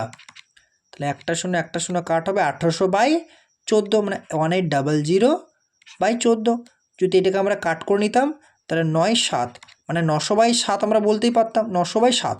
তাই যদি আমরা এটাকে করি, ঠিক আছে, 900/7 আমরা লিখতে পারি। ঠিক আছে, তাহলে আমরা 900/7 লিখতে পারি। ঠিক আছে, 900/7, 900/7 তাই কাট করি। 7×91 হবে না, 700, 7×91, 7×84, মানে কিন্তু লজিক্যালি অ্যান্সার 128.57 হবে। ঠিক আছে, কারণ কি না, 13 দ্বারা তো 7×91, 900/7 আছে, 7×91 হয়, 900-র বেশি হয়ে যাচ্ছে না, 700-700 এটা অনেক কম হয়ে যাচ্ছে, তাহলে 1300 7×91 একই ব্যাপার। তাহলে লজিক্যালি উত্তর যদি আমরা যুক্তিগত যদি দেখি, উত্তর কিন্তু অপশন 2 হবে। ঠিক আছে, নেক্সট কোয়েশ্চেন, পরের প্রশ্ন। একটি শঙ্কুর উচ্চতা 12 সেমি, ভূমির ব্যাসার্ধ 3.5 সেমি, শঙ্কুটির আয়তন। আমরা শঙ্কুটির আয়তন বা যে কোণ, সে কোণটার আমরা ভলিউম জানি, ভি ফর ভলিউম কি হয়, 1/3 পাই r²h হয়, যেখানে h ফর হাইট, আর ফর ব্যাসার্ধ রেডিয়াস যেটা হয়, তাহলে হয় 1/3, পায়ের মানটা আমরা 22-এর সাথে লিখতে পারি, আর আর এর মানটা কত দেওয়া হয়েছে, 3.5 ব্যাসার্ধ, মানে 3.5 তার স্কোয়ার যদি লিখি আমরা, আর এইচের মানটা যদি আমরা গুণ করে লিখি 12 সেমি। ঠিক আছে, তাহলে যদি ক্যালকুলেশন করি আমরা, 1/3 × 12 মানে 4 হয়ে গেল, 1/3 × 12, 3 আর 12 কেটে দিলে 4 হয়ে যাবে, 4 আমি প্রথমেই লিখে দিলাম। এরপর 22 থাকলো, নিচে 7 থাকলো, উপরে 3.5 × 3.5 থাকবে। ঠিক আছে, তাহলে আমরা কাটি 4 × 22, যদি 7 দ্বারা কাটি, যদি 3.5 × 3.5কে আমি এইভাবে লিখি না, 3.5 × 3.5, তাহলে কি আমরা 7.5-এ 35 লিখতে পারি, হ্যাঁ কি না? ঠিক আছে, তাহলে এই দেখো 0.5 × 4 হচ্ছে 2, তাহলে 2 × 22 × 3.5। ঠিক আছে, আবার 3.5 × 2 7, 7/22 154 হয়। ঠিক আছে, তাহলে 154 ক্ষেত্রফল কী হবে, ঘন সেমি বা সেমি কিউব, সেমি কিউব, এটা আমাদের উত্তর হয়ে যাবে 154। এটা কিছু ছিল না, সূত্রটা বসিয়ে কাজ করলে হতো, 1/3 পাই r²h, এটা তোমরা দেখে নিও। যদি তোমাদের ক্যালকুলেশনটা একটু অন্যরকম মনে হচ্ছে, কিছু করার দরকার নেই, তোমরা এই সূত্রটা মনে রাখবে, 1/3 পাই r²h, তারপর তোমরা নিজেরা মানগুলো বসিয়ে নেবে, পায়ের মান 22-এর 7, আর এর মানটা 3.5, এইচের মানটা 12, ব্যাস, তারপর করে নেবে ক্যালকুলেশন। ঠিক আছে, নেক্সট কোয়েশ্চেন।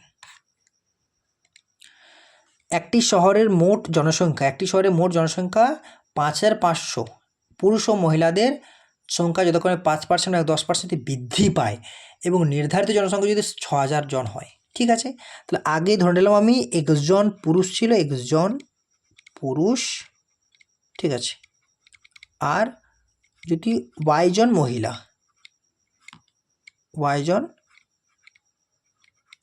ঠিক আছে, তাহলে x জন পুরুষ, y জন মহিলা। ঠিক আছে, তাহলে কী বলেছে, 5 আগে কত ছিল, তার মানে x + y, নিশ্চয়ই আগে ছিল আমাদের 5500, এটা ছিল x + y। এখন কি হয়েছে, এখন 5% কী হয়েছে, পুরুষ বেড়েছে, তাহলে যদি 5% ফ্র্যাকশন ভ্যালু হয় 1/20, মানে তাহলে টোটালটা কত হবে, মানে 20-তে 1 বেড়েছে, মানে 21/20 হবে, তাহলে x × 21/20 হবে এখন টোটাল পুরুষের সংখ্যা, প্লাস মেয়েদের সংখ্যাটা 10% বৃদ্ধি হয়েছে, 10% ফ্র্যাকশন হলে 1/10, 10-এ 1 বেড়েছে, তাহলে 11/10 × y হবে, এটার সংখ্যাটা কত হবে, 6000। ঠিক আছে, ঠিক আছে, এরপর দেখো যদি এটাকে আমরা ক্যালকুলেশন করি, এটা হবে 21x + 22y, এটা সমান হয়ে যাবে 20, অর্থাৎ 6000 × 20 মানে 1,20,000, তাই না? 3টা শূন্য হয়ে যাবে, 4টা শূন্য হয়ে যাবে, 6 দিনে 12 হয়ে যাবে, 1,20,000। তাহলে 21x22 হয়েছে। আর একটা আমার মান দরকার, তাহলে আমি যদি একটা মান বসিয়ে নিই, অর্থাৎ তোমরা দেখো, যদি আমরা এই দুটো ইকুয়েশন সলভ করার চেষ্টা, এটা 1 নাম্বার দিলাম, এটা 2 নাম্বার দিলাম, তারপর দুটো ইকুয়েশন সলভ করার চেষ্টা করলাম, অর্থাৎ x plus y equals to 5500। আর দেখো এখানে 21x আর 22y, যে কোনো একটা মান বসিয়ে নিলাম। তাহলে যদি আমরা এক কাজ করি, এক্সটাকে যদি আমরা, তাহলে পুরুষের সংখ্যা কত বলেছে, তাহলে ওয়াইটাকে ইলিমিনেট করে দিই আমরা। তাহলে ওয়াই 22y, এখানে ওয়াই, তাহলে এই সংখ্যা, এইটাকে 2 দ্বারা যদি 22 দ্বারা যদি গুণ করি, তাহলে পাবো কি 22x প্লাস 22y। কারণ কি না, আমরা মহিলাটাকে ইলিমিনেট করবো, কারণ পুরুষের সংখ্যা চেয়েছে আমাদের, তাহলে মহিলাটাকে ইলিমিনেট করলেই হয়ে যাবে। তাহলে 22x প্লাস 22y, বা 55কে যদি 22 দ্বারা গুণ করি কত হয়, 0 0, 22 5 110, 0 থেকে 11, 22 110 আর 11 121 হয়, 1 to 1, 1,21,000, তাই না? এখানে আছে 1,20,000, 1,21,000, তাহলে 1,000। তাহলে এরপর দেখো ডিফারেন্স যদি করি, 21x plus 22y equals to 1,20,000, তাই না? এরপর আমরা কি করব, দুটো বিয়োগ করব। তাহলে এটা মাইনাস সাইন হবে, এটাও মাইনাস সাইন হবে, এটাও মাইনাস সাইন হবে।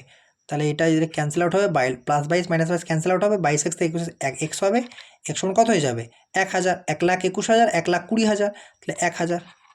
তার মানে পুরুষের সংখ্যা কত, এক্সটা আমরা কী ধরেছিলাম, পুরুষের সংখ্যা, তাহলে পুরুষ সংখ্যা কত হবে, 1,000 জন, তাই না? তাহলে 1,000।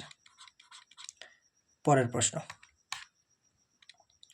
কি বলেছে, একটি চৌবাচ্চার 4/5 অংশ পূর্ণ হয় কত, তো 1 মিনিটে, বাকি অংশ পূর্ণ হতে আরও কত সময় লাগবে? 4/5 পূর্ণ হচ্ছে 1 মিনিটে, ঠিক আছে? যদি এই যেহেতু আমাদেরকে উত্তর চেয়েছে সেকেন্ডে, তাহলে 1 মিনিটটাকে আমরা সেকেন্ডে কনভার্ট করে নিই। মানে একটি চৌবাচ্চা আছে, সেই চৌবাচ্চার 4/5 অংশ পূর্ণ হচ্ছে 1 মিনিটে। তাহলে 1 মিনিটে বলেছে, তাহলে 1 মিনিটে যদি আমরা সেকেন্ডে কনভার্ট করি, তাহলে 4/5 পূর্ণ হচ্ছে কততে, 60 সেকেন্ডে। আমরা তো বলতেই পারিনি না, 60 সেকেন্ডে, ঠিক আছে? তাহলে 4/5 কনভার্ট হচ্ছে 60 সেকেন্ডে পূর্ণ হচ্ছে। বাকি অংশ, তাহলে টোটাল 1 অংশ, যদি 4/5 অংশ পূর্ণ হয়ে যাচ্ছে, বাকি থাকছে 1/5 অংশ। তাহলে 4/5 অংশ 60 সেকেন্ডে, 1 অংশ কত সেকেন্ডে, 60/4/5, 5টা উপরে উঠে যাবে। তাহলে 1/5 অংশ কত সেকেন্ডে, 60/4 ইন্টু 5 ইন্টু 1/5, ঠিক আছে? 5 5 ক্যান্সেল আউট হবে, এখান থেকে 5, এখান থেকে 5 ক্যান্সেল আউট, 4 × 60, তাহলে 15 সেকেন্ড হবে, তাই না? নেক্সট কোয়েশ্চেন, যদি একটি খেলনার বিক্রয় মূল্য তার ক্রয় মূল্যের 3/5 অংশ হয়, অর্থাৎ খেলনার যে বিক্রয় মূল্যটা, যদি এসপিটা ধরি আমরা, এসপি সমান, যদি আমরা ধরি এটা, যদি আমরা ধরি এসপি ইকুয়ালস টু 3/5 সিপি, তাহলে এসপি সিপি যদি রেশিও বের করতে চাই আমরা, তাহলে SP by CP equals to 3/5। তার মানে দেখো এটা লস হয়েছে এবং সেটা ক্ষতিই চেয়েছে আমাকে, কারণ যদি কোনো খেলনার ক্রয় মূল্য অর্থাৎ সিপি যদি 5 হয়, যদি আমি সেটাকে 5 টাকা হয়, যদি আমি সেটাকে 3 টাকায় বিক্রি, তাহলে নিশ্চয়ই লস হচ্ছে না। লস কত হচ্ছে, 2 টাকা লস, কততে, ক্রয় মূল্যের লস, 100 দ্বারা গুণ করলে শতাংশ পাবো, ঠিক আছে? তাহলে 2/5 40%, তাহলে কত লস হয়েছে, 40% লস হয়েছে, ক্ষতি হয়েছে, ঠিক আছে? ক্ষতি 40%। নেক্সট কোয়েশ্চেন কি বলেছে, এই 5 দিনে একটি কাজের 1/3 সম্পন্ন করে, তারপর বি তাকে সাহায্য করে এবং তারা একসাথে 6 দিনের মধ্যে অবশিষ্ট কাজ শেষ করে, ঠিক আছে? কি বলেছে, এ 5 দিনে একটি কাজের 1/3 করে, তো যদি 1/3 5 দিনে করে, ভালো করে বোঝো, যদি 5 দিনে 1/3 করে, টোটাল 1/3 বলতে টোটাল কাজ হচ্ছে 3 ইউনিট, 1 অংশ করে 5 দিনে, 3 ইউনিট করে 15 দিনে, তাহলে কিন্তু এই কাজটা শেষ করছে 15 দিনে, এ শেষ করছে 15 দিনে, আমি বোঝাতে পারলাম? কারণ টোটাল কাজটা এক অংশ, সে একের 3 অঙ্ক করছে। যদি আমাদের 5 দিনে হয় তাহলে কিন্তু টোটাল কাজটা করছে 15 দিনে। এরপর বলেছে তারপর বি তাকে সাহায্য করে এবং তারা একসাথে 6 দিনের মধ্যে অবশিষ্ট কাজ করে। তার টোটাল কাজ 1 ইউনিট, ও করছে 1-এর 3 ইউনিট, বাকি থাকছে 2-এর 3 ইউনিট। তাহলে 2-এর 3 ইউনিট করতে যদি 6 দিন সময় লাগে, তাহলে 1 ইউনিট করতে 9 দিন সময় লাগবে। তাহলে এ প্লাস বি এর কাজটা করতে 9 দিন সময় লাগছে। ঠিক আছে, এই দুটোর এবারে এ প্লাস বি এর সেই কাজটা করতে 9 দিন সময় লাগবে, এর সময় লাগছে 15 দিনে। বোঝাতে পারলাম? কারণ এ একা করছে 1/3, সেটা করছে 5 দিনে। তাহলে এক অংশ করছে কত দিনে দেখবো আমরা, কারণ টোটাল কাজটা এক অংশই ধরি, সেটা 15 দিনে করছে। আবার কি বলেছে না, বি তাকে সাহায্য করছে এবং সে বাকি কাজটা 6 দিনে করছে। তারা বাকি কাজ বলতে কোনটা, না টোটাল কাজ এক অংশ, 1/3 অংশ কাজ হয়ে গেছে, বাকি কাজ 2/3, সেই 2/3 করছে 6 দিনে। তাহলে 2/3 যদি 6 দিনে করে, টোটাল কাজটা অর্থাৎ এক অংশটা করবে 9 দিনে। তাহলে এ 15 দিনে করলে এ প্লাস বি 9 দিনে করছে। এরপর আমরা এলসিএম নেবো, বা সেখান থেকে এফিসিয়েন্সি পাবো, বাকি সব হয়ে যাবে। ঠিক আছে, তাহলে আমাদের 45 নেবো, এলসিএম 45। ঠিক আছে, যদি এলসিএম 45 হয় তাহলে এর এফিসিয়েন্সি হয়ে যাবে 3, এ প্লাস বির এফিসিয়েন্সি হয়ে যাবে 5। তাই যদি এ প্লাস বির এফিসিয়েন্সি 5, এর এফিসিয়েন্সি 3, তাহলে বির এফিসিয়েন্সি কত হয়ে যাবে, বির এফিসিয়েন্সি অফ বি কত হয়ে যাবে, না এটা হয়ে যাবে 2, তাই না, 2 ইউনিট। বুঝতে পারলাম, 2 ইউনিট, কারণ এ প্লাস বির এফিসিয়েন্সি 5, এর এফিসিয়েন্সি 3, তাহলে নিশ্চয়ই বির এফিসিয়েন্সিটা 2 হবে।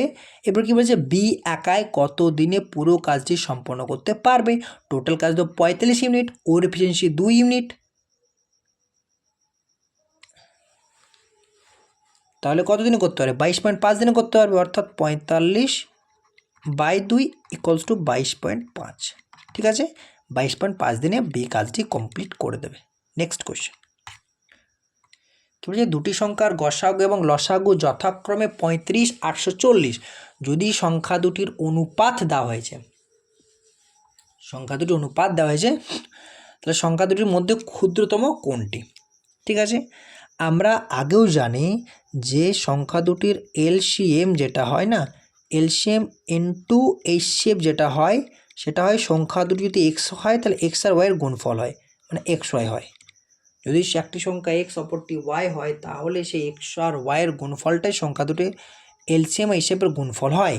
তাহলে তাদের এলসিএম বলা হয়েছে 840, এইচসিএফ বলা হয়েছে 35। তাহলে 840 ইন্টু 35, আর সংখ্যাগুলি রেশিওতে দেওয়া হয়েছে 3 আর 8। যদি আমরা সংখ্যা দুটিকে 3x আর 8x ধরে নিই, সংখ্যা দুটি যদি আমরা এক্স আর ওয়াইটাকে কী ধরে নিই, এক্স আর ওয়াই না লিখে এটাকে 3x আর 8x যদি লিখে নিই আমরা, যদি আমরা এটাকে 3x আর 8x যদি লিখে নিই, অর্থাৎ যদি আমরা এটাকে 3x আর 8x লিখে নিই, এক্স আর ওয়াই না লিখে যদি আমরা দেওয়া আছে সেইভাবে আমরা উপস্থাপিত করার চেষ্টা করি, অর্থাৎ 3 আর 8 রেশিও দেওয়া আছে, তার মানে 3x ইন্টু 8x এটাই হবে।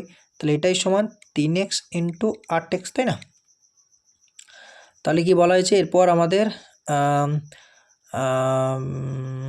কি হবে না, এক্স স্কোয়ার সমান দেখতে পাচ্ছি কত, 24 এক্স স্কোয়ার সমান আমরা এটা লিখতে পারি 840 ইন্টু 35 লিখতে পারি। তাহলে এক্স স্কোয়ার ইকুয়ালস টু হবে 840 ইন্টু 35/24। ঠিক আছে, ইকুয়ালস টু হবে কত, 24, 35 840 হয়, ইন্টু 35 তো রয়েছে, তাহলে এক্স স্কোয়ার ইকুয়ালস টু এটা হবে, তাহলে এক্স ইকুয়ালস টু 35 হয়ে যাবে। ঠিক আছে, তাহলে আমাদের সংখ্যা দুটোর কী ধরেছিলাম, একটা 3x একটা 8x, তাহলে ছোটো সংখ্যাটা 3x, বড় সংখ্যাটা 8x। তাহলে আমাকে ছোটো সংখ্যাটাই চেয়েছে, ক্ষুদ্রতম সংখ্যাটাই চেয়েছে, তাহলে ক্ষুদ্রতম সংখ্যাটা 3x, তাহলে ক্ষুদ্রতম 3x ইকুয়ালস টু হবে 3 ইন্টু 35। ঠিক আছে, তাহলে 105, তাহলে ক্ষুদ্রতম সংখ্যাটা হবে 105। নেক্সট কোশ্চেন, এটা নয়, নেক্সট কোশ্চেন এটা নয়। ঠিক আছে, এরপর আর 5টা কোশ্চেন আমাকে অন্যভাবে খুঁজতে হবে, সেটা হচ্ছে 25 মিনিট এখানে ছিল, তারপর এটা নয়, এটা নয়, এটা নয়, এটা নয়, এটা নয়,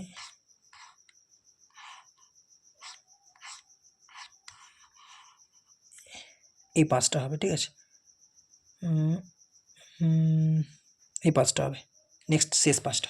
এবার কি বলেছে, দুই ব্যক্তি যথাক্রমে 50 কিলোমিটার পার ঘন্টা ও 60 কিলোমিটার পার ঘন্টা গতিবেগে একই দূরত্ব অতিক্রম করছে। এক ব্যক্তির ওপর ব্যক্তির থেকে 50 মিনিট সময় বেশি লাগছে। ঠিক আছে,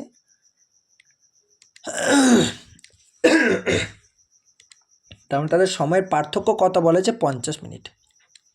দেখো, আমি কিন্তু আগেও বলেছি, বারবার বলছি, এখনও বলছি, আমরা জানি দূরত্ব সমান হয় স্পিড ইন্টু সময়, অর্থাৎ গতিবেগ ইন্টু সময়।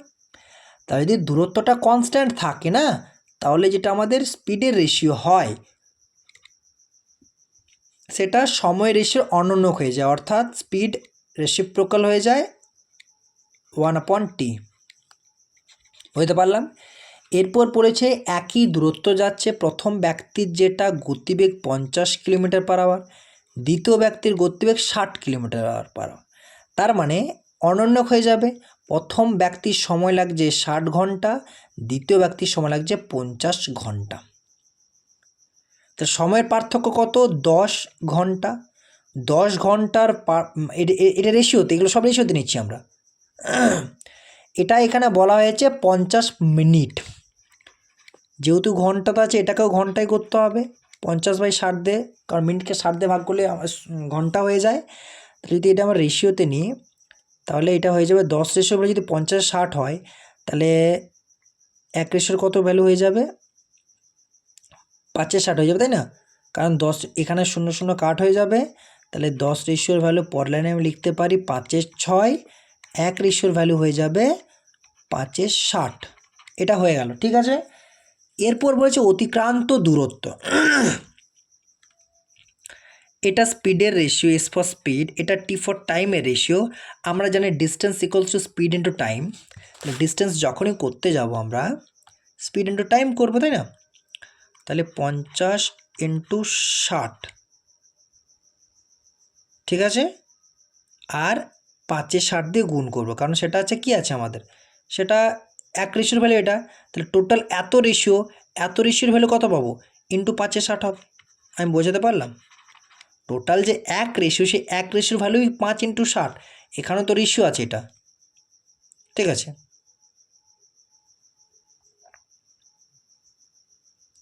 ঠিক আছে, তারপর সেটা যদি 60 দিয়ে গুণ করি, 60 ক্যান্সেল আউট হয়ে যাবে, 250 কিলোমিটার টোটাল ডিস্টেন্স। ঠিক আছে, নেক্সট কোয়েশ্চেন কি বলেছে? এটা আমাকে ক্যালকুলেশনটা করতে হবে। 570 × 25%, এটা 60% বলেছে। তাহলে যদি আমরা এটা করি, ঠিক আছে, যদি আমরা 100টাকে নিচে রেখেই দিই তো আমাদের গুণগুলো করতে হবে। তো 570 × দেখো, এটা 25% বলতে আমরা কত লিখতে পারি? 1/4 লিখতে পারি, তাই না? ছোটো করার চেষ্টা করি। এটা 25% 1/4, তাহলে 570/4 যদি হয় কত হবে?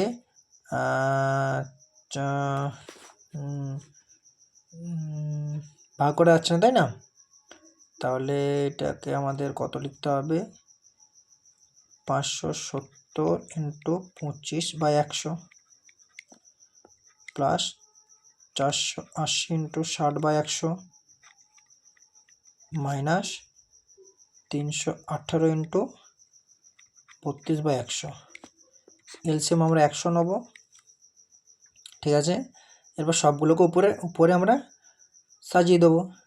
মানে এটা 570 × 25 প্লাস 480 × 60 মাইনাস 318 × 32।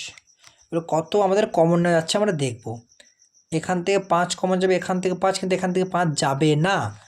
তাহলে আমাদের এখান থেকে 32 যদি কমন যায়, এখান থেকে তো 32 যাবে না, তাই না? তাহলে এখান থেকে আমাদের 4 যাবে না, এখান থেকে 2 কমন যাবে। তাহলে আপাতত যদি আমরা গুণ করে নিই, তাহলে দেখো আমাদের ইউনিট ডিজিট দেখব। ইউনিট ডিজিট তো যদি ডি সামটা দেখার চেষ্টা করি তাহলে নিচে তো 1 হয়ে যাচ্ছে। ডি সামটা যদি দেখার চেষ্টা করি তাহলে দেখো বন্ধুরা এইটা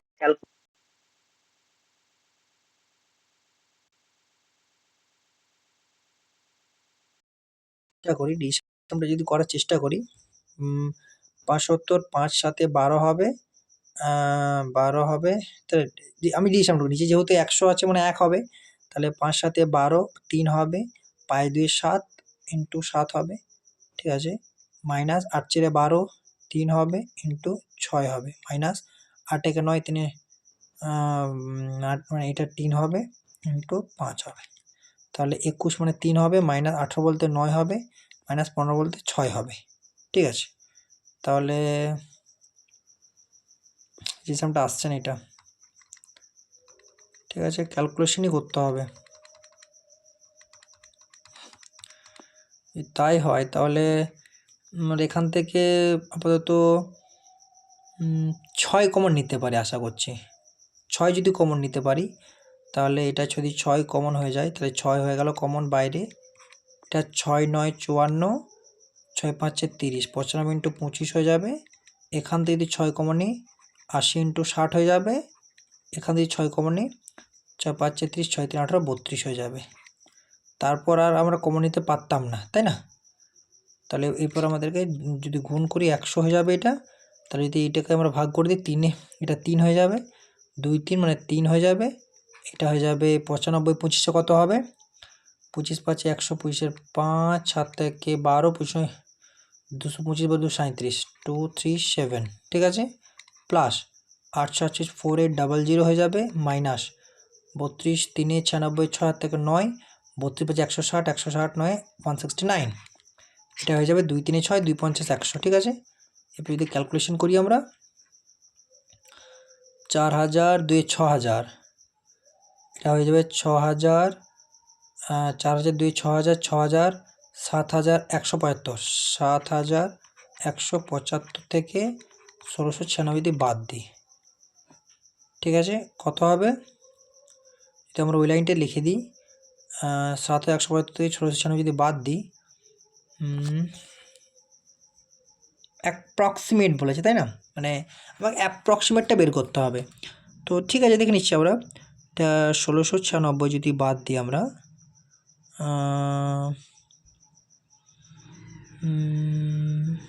তাহলে কত হবে, কত হবে, এটা 9 হবে, 7 হবে, 4 হবে, 5 হবে, 5479, উপরে 3 গুণ আছে, নিচে 50 আছে, 3টা গুণ এখানে করে দিলাম, নিচে 50 যদি এখানে করে দিলাম আমরা, তাহলে আমরা কি দেখতে পাবো, একটার পর দশমিক হবে, এটা দশমিক হয়ে যাবে, এটা শূন্য আমি যদি ক্যান্সেল আউট করে দিই তাহলে, তাই না, তো যদি সমগ্রটা গুণ করি আমরা, এটা যদি আমরা গুণ করি তাহলে এটা আমরা কত লিখতে পারি, যে 3 আর এটা গুণ করি, 3 9 27 7, হাত থেকে 2, 21 2 23, 3 হাত থেকে 2, 3 3 7 2 3 7 23, 3 3 4 12 14 4, হাত থেকে 1, 3 5 15 16, যদি 5 দ্বারা গুণ করি এটা একটার পর দশমিক হবে, ঠিক আছে, 5 দ্বারা ভাগ করি, 5 3 15, 1 থেকে 14, 5 2 10, 4 থেকে 5 8 40, 328 পয়েন্ট সামথিং একটা পাবো আমি কিছু, 5 7 35, 5 4 20, 328.74, সেটা অ্যাপ্রক্সিমেটলি যেহেতু বলেছে যে আনুমানিক মান, তাই না, তাহলে 329 হবে, অপশন এ, ঠিক আছে। কি বলেছে, যদি একটি বই 10% ক্ষতির পরিবর্তে 10% লাভে বিক্রি করা হয় তবে বিক্রেতা 80 টাকা বেশি পায়। যদি 10% ক্ষতি হয় তার মানে 100 টাকায় জিনিসটা কিনে আমি 90 টাকায় বিক্রি করছি, তাহলে আমাদের দুটো বিক্রয় মূল্যে পার্থক্য বের, সেটাই বলা হয়েছে 80 টাকা। 10% যদি লাভে বিক্রি করি তার মানে সেক্ষেত্রে আমি 100 টাকায় কিনছি, ক্রয় মূল্য তো কনস্ট্যান্ট, একটা জিনিসের জন্য ক্রয় মূল্যটা আমার একদম পুরো ধ্রুবক থাকবে, কনস্ট্যান্ট থাকবে। তাই যদি 100 টাকায় কিনছি আমি বিক্রি করছি 110-এ, তাহলে প্রথমবার এসপি কত হয়ে যাচ্ছে, SP 1 যদি বলি আমি সমান 90 টাকা, এগুলো রেশিওতে, কিন্তু দ্বিতীয়বারে SP যেটা SP 2 যদি 110 টাকা, তাহলে এই যে রেশিওটা 110 আর 90 পার্থক্য কত, 20 রেশিও, এই রেশিওর ভ্যালুই বলা হয়েছে 80 টাকা। তাহলে বইটির ক্রয় মূল্য কত? 100% বা 100 রেশিও। তাহলে 5 দ্বারা গুণ করলে আমরা পেয়ে যাব কত? 100 রেশিও। তাহলে এই 100 রেশিওর ভ্যালু কত? 5 × 80 × 5, 400 টাকা, তাই না? নেক্সট কোশ্চেন, একজন দোকানদার 8টি পেন্সিল বিক্রি করে একটি পেন্সিলের বিক্রয় মূল্যের সমান লাভ করে। তাহলে দেখো বন্ধুরা, এইসব অঙ্ক করার জন্য কী করতে হবে জানো? আমি যটা কিনবো তটা বিক্রি করবো, এটা সবাই জানি, ঠিক আছে? তাহলে যদি একটি পেন্সিলে বিক্রয় মূল্যের সমান লাভ করে, তাহলে লাভ তো এটা হয়ে গেল। আর লাভ সবসময়তে, লাভ হোক বা ক্ষতি হোক, সেটা সবসময়তে হবে ক্রয় মূল্যের উপর, সব সময়ের জন্য হবে ক্রয় মূল্যের উপর। তাহলে 1 টাকা আমার লাভ হয়েছে, ক্রয় মূল্যটা কত? তাহলে 8টি পেন্সিল বিক্রি করেছে, মানে বিক্রয় মূল্য কত? 8। তাহলে নিশ্চয়ই যদি বিক্রয় মূল্য 8 হয়, তাহলে 1 টাকা লাভ হয়েছে, তাহলে ক্রয় মূল্য নিশ্চয়ই 7 ছিল। পার্সেন্টের জন্য 100 দ্বারা গুণ, তাহলে 1 এর সাথে 14.2 সাথে হয় বা 14.28%, এটা আমাদের উত্তর। আর এটা যদি ট্র্যাডিশনাল মেথডে করতে যায়, তাহলে ধরো এটা আমরা এইভাবে করতে পারি। একজন দোকানদার 8টি পেন্সিল বিক্রি করে একটি পেন্সিলে বিক্রয় সমান লাভ করে, ঠিক আছে? তাহলে প্রতিটা ধরি আমি ক্রয়মূল্য কত? ক্রয়মূল্য ওয়াই ধরলাম, প্রতিটি পেন্সিল ক্রয়মূল্য ওয়াই। 8টি পেন্সিল বিক্রি করছে মানে 8টি পেন্সিলই ক্রয় করেছি নিশ্চয়ই। তাহলে 8টা পেন্সিলের বিক্রয়মূল্য কত হবে? 8y। 8টি পেন্সিলের বিক্রয়মূল্য কত হবে? যদি আমি প্রতিটি পেন্সিলের বিক্রয়মূল্য যদি x ধরি, তাহলে 8টি পেন্সিলের বিক্রয়মূল্য কত হবে? 8x। এটা ক্রয়মূল্য, এটা ক্রয়মূল্য, এটা হচ্ছে সিপি 8y, আর এটা হচ্ছে 8x, এটা হচ্ছে এসপি। লাভটা কত? হ্যাঁ কি না? লাভটা কত?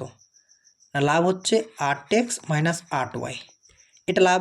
কিন্তু লাভটা কি বলেছে? একটি পেন্সিলের বিক্রয় মূল্য সমান লাভ। প্রতিটি পেন্সিলের বিক্রয় মূল্য কত? x টাকা, তাহলে x টাকা লাভ। আমি বোঝাতে পারলাম? আমি কি বললাম? যে একটি পেন্সিলের ক্রয় মূল্য y, 8টি পেন্সিল বিক্রি করছে মানে 8টি পেন্সিলই কিনেছে, এটা মাথায় রাখবে।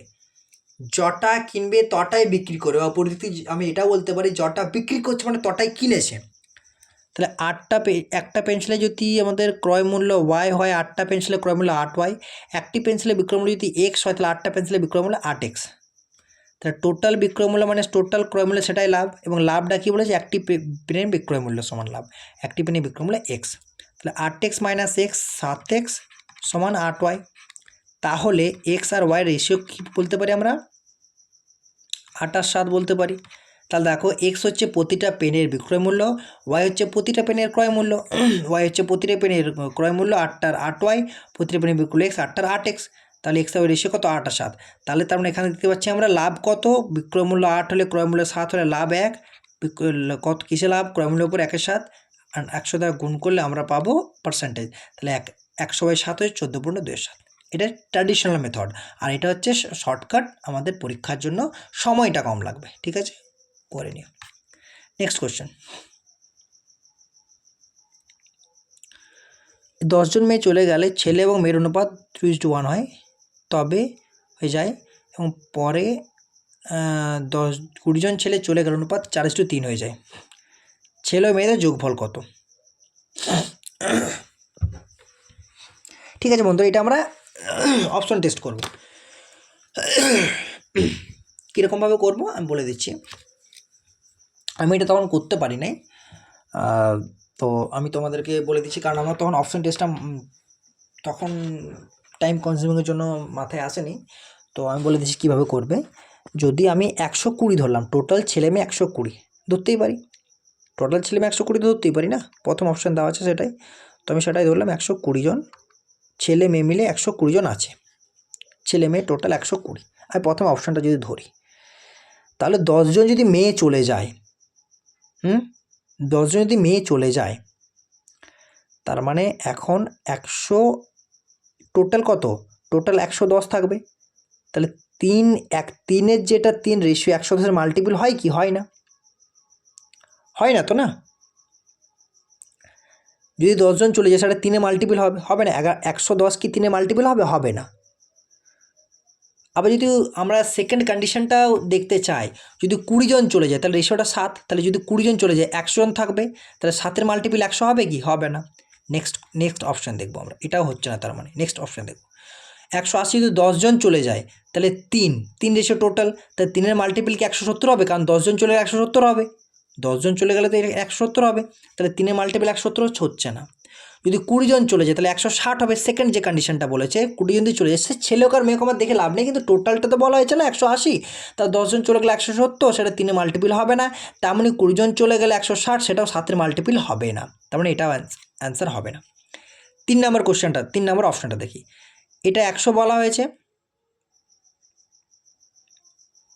ঠিক আছে।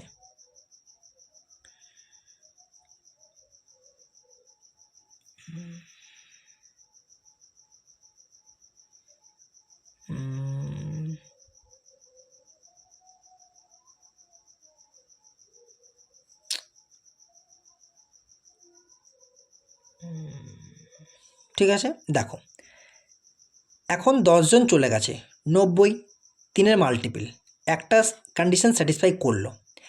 এরপরে দেখো পরে 20 জন এবং পরে 20 জন ছেলে, পরে 20 জন ছেলে, মানে 10 জন যে চলে গেছে, 10 জন তো গেছে, তো গেছেই, আরও 20 জন গেছে, এই জায়গাটা বোঝার ছিল, এই জায়গাটা বোঝার ছিল। তাহলে যদি 10 জন গেছে, 100 জন টোটাল, 10 জন গেছে, 90 জন হয়েছে, আরও 20 জন গেছে, তাহলে 70 জন হয়েছে, সেটা কিন্তু 7-এর মাল্টিপল। তাহলে সেকেন্ড কন্ডিশনটাও অ্যাপ্লাই করলো, ফলো করলো, স্যাটিসফাই করলো, তাহলে কিন্তু আমার উত্তর হয়ে যাবে 100 জন, টোটাল ছেলে মেয়ে 100 জন, এটা আমাদের উত্তর। আমি লাস্ট অপশানটাও দেখিয়ে দিচ্ছি।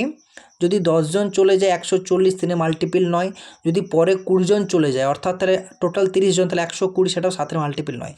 এটা যদি ট্র্যাডিশনাল ওয়েতে করতাম তাহলে আপাতত উত্তর আমার 100 হবে। যদি আমি ট্র্যাডিশনাল ওয়েতে করতাম, ট্র্যাডিশনাল মেথড ফলো করতাম, তাহলে কীভাবে করবো আমি? এখন আমি উত্তর দেখিয়ে দিলাম 100 হবে, ঠিক আছে। এটা হচ্ছে অপশান টেস্ট করে দিলাম, কীভাবে করবো সেটাও দেখিয়ে দিলাম। যদি ট্র্যাডিশনাল ওয়েতে করতাম তাহলে আমি ধরলাম x জন ছেলে, y জন মেয়ে, এটা y জন মেয়ে, ঠিক আছে, আর এটা হচ্ছে x জন ছেলে, ঠিক আছে। 10 জন মেয়ে চলে গেল, তাহলে 10 জন মেয়ে চলে গেল, তা 10 জন মেয়ে চলে গেল, ছেলে রয়েছে, রেশিওটা কত? এখানে ছেলে মেয়ে রেশিও, তাহলে 2:1 আছে, উল্টে 1:2 হবে, এটা 1 নাম্বার ইকুয়েশন। এরপর বলেছে 20 জন ছেলে চলে গেছে, মানে 10 জন মেয়েতে চলে গিয়েই ছিল, তারপরে আবার 20 জন ছেলে চলে গেছে, তারপর রেশিওটা হয়েছে 4:3, ছেলে মেয়ে, তাহলে মেয়ে ছেলে 3:4, এটা 2 নম্বর ইকুয়েশন, ঠিক আছে। এটা 2 নম্বর, এটা নম্বর। তাই যদি আমরা এটাকে ইকুয়েশনটা একটা সলভ মানে যদি ক্যালকুলেশন ঠিকঠাক করি, এটা হবে 2y - 20 সমান x, বা 2y - x সমান 20, এটা 3 নম্বর যদি নাম দিই আমরা। আর যদি 4টা ক্যালকুলেশন করি, 4y - 40 সমান 3x - 60, ঠিক আছে।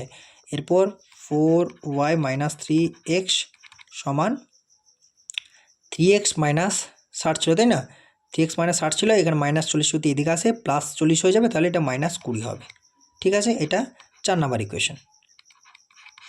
এরপর এটা 3 নাম্বার ইকুয়েশন, এটা 4 নাম্বার ইকুয়েশন, এই দুটো সলভ করলে x এর মান পেয়ে যাব, ঠিক আছে। তো তাহলে x ছেলে মেয়ে দুটোরই মান চাই, তাহলে যদি এক কাজ করি, এখন আমরা প্রথমে যদি আমরা এক্স যে কোনো একটা লিমিট করি, যদি এক্সটাকে লিমিট করি তাহলে এখানে এক্সটাকে প্রথমে 3 দ্বারা গুণ করতে হবে, তাহলে 2y - xটাকে আমরা কি লিখতে পারি? 3 দ্বারা গুণ করলে, যদি আমরা এই যে 2y - x, এই যে এই 2y - x 3 দ্বারা যদি গুণ করি তাহলে 3x হবে, এখানে 3x হবে, তাহলে এক্সটা এলিমিনেট করবো, তাহলে এটা 6y - 3x, এটাকে 20 দ্বারা 3 দ্বারা গুণ করবো, 60 হয়ে যাবে, তাই না? তাই যদি ক্যালকুলেশন করি আমরা, এটা যদি মাইনাস সাইনটা চেঞ্জ করি, এটা প্লাস, এটা মাইনাস, তাহলে 4 থেকে যদি 6 বাদ দিই -2y, এটা ক্যান্সেল আউট হয়ে যাবে মাইনাস প্লাসে, এটা সমান, এটা -20 - x -80, তাই না? -80, এটা -80, তাহলে y -2 = -80, y = 40 হয়ে যাবে। তাহলে তাইতে আমরা পরের খাতাতে লিখি y = 40, ঠিক আছে। যদি আমরা y = 40 করি, তাহলে দেখো যদি y = কারণ 2 = 80, মানে আমরা এখান থেকে লিখতেই পারি y = 40। যদি y = 40 করি, তাই যদি আমরা এখান থেকে দেখো y = 40 করি, ঠিক আছে, তাহলে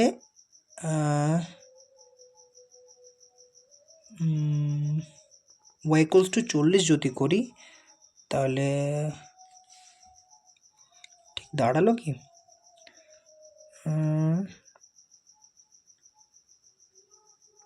যদি y ইকুয়ালস টু 40 করি আমরা তাহলে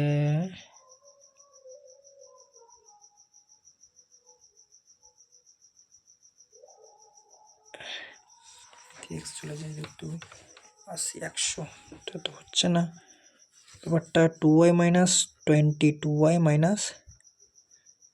minus x equals to 20, 2y বলতে এটা 4y মাইনাস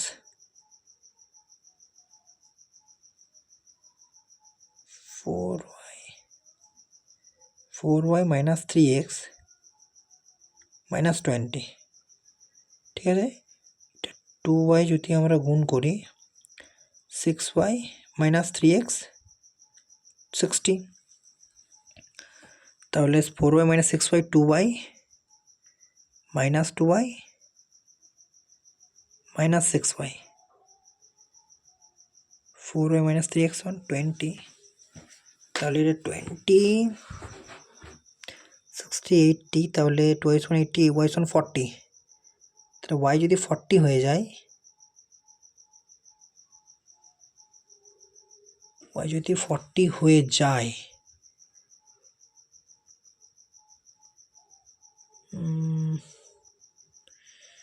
তাহলে এটা কত আসছে,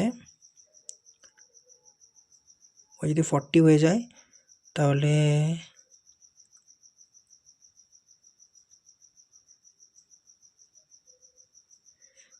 40, তাহলে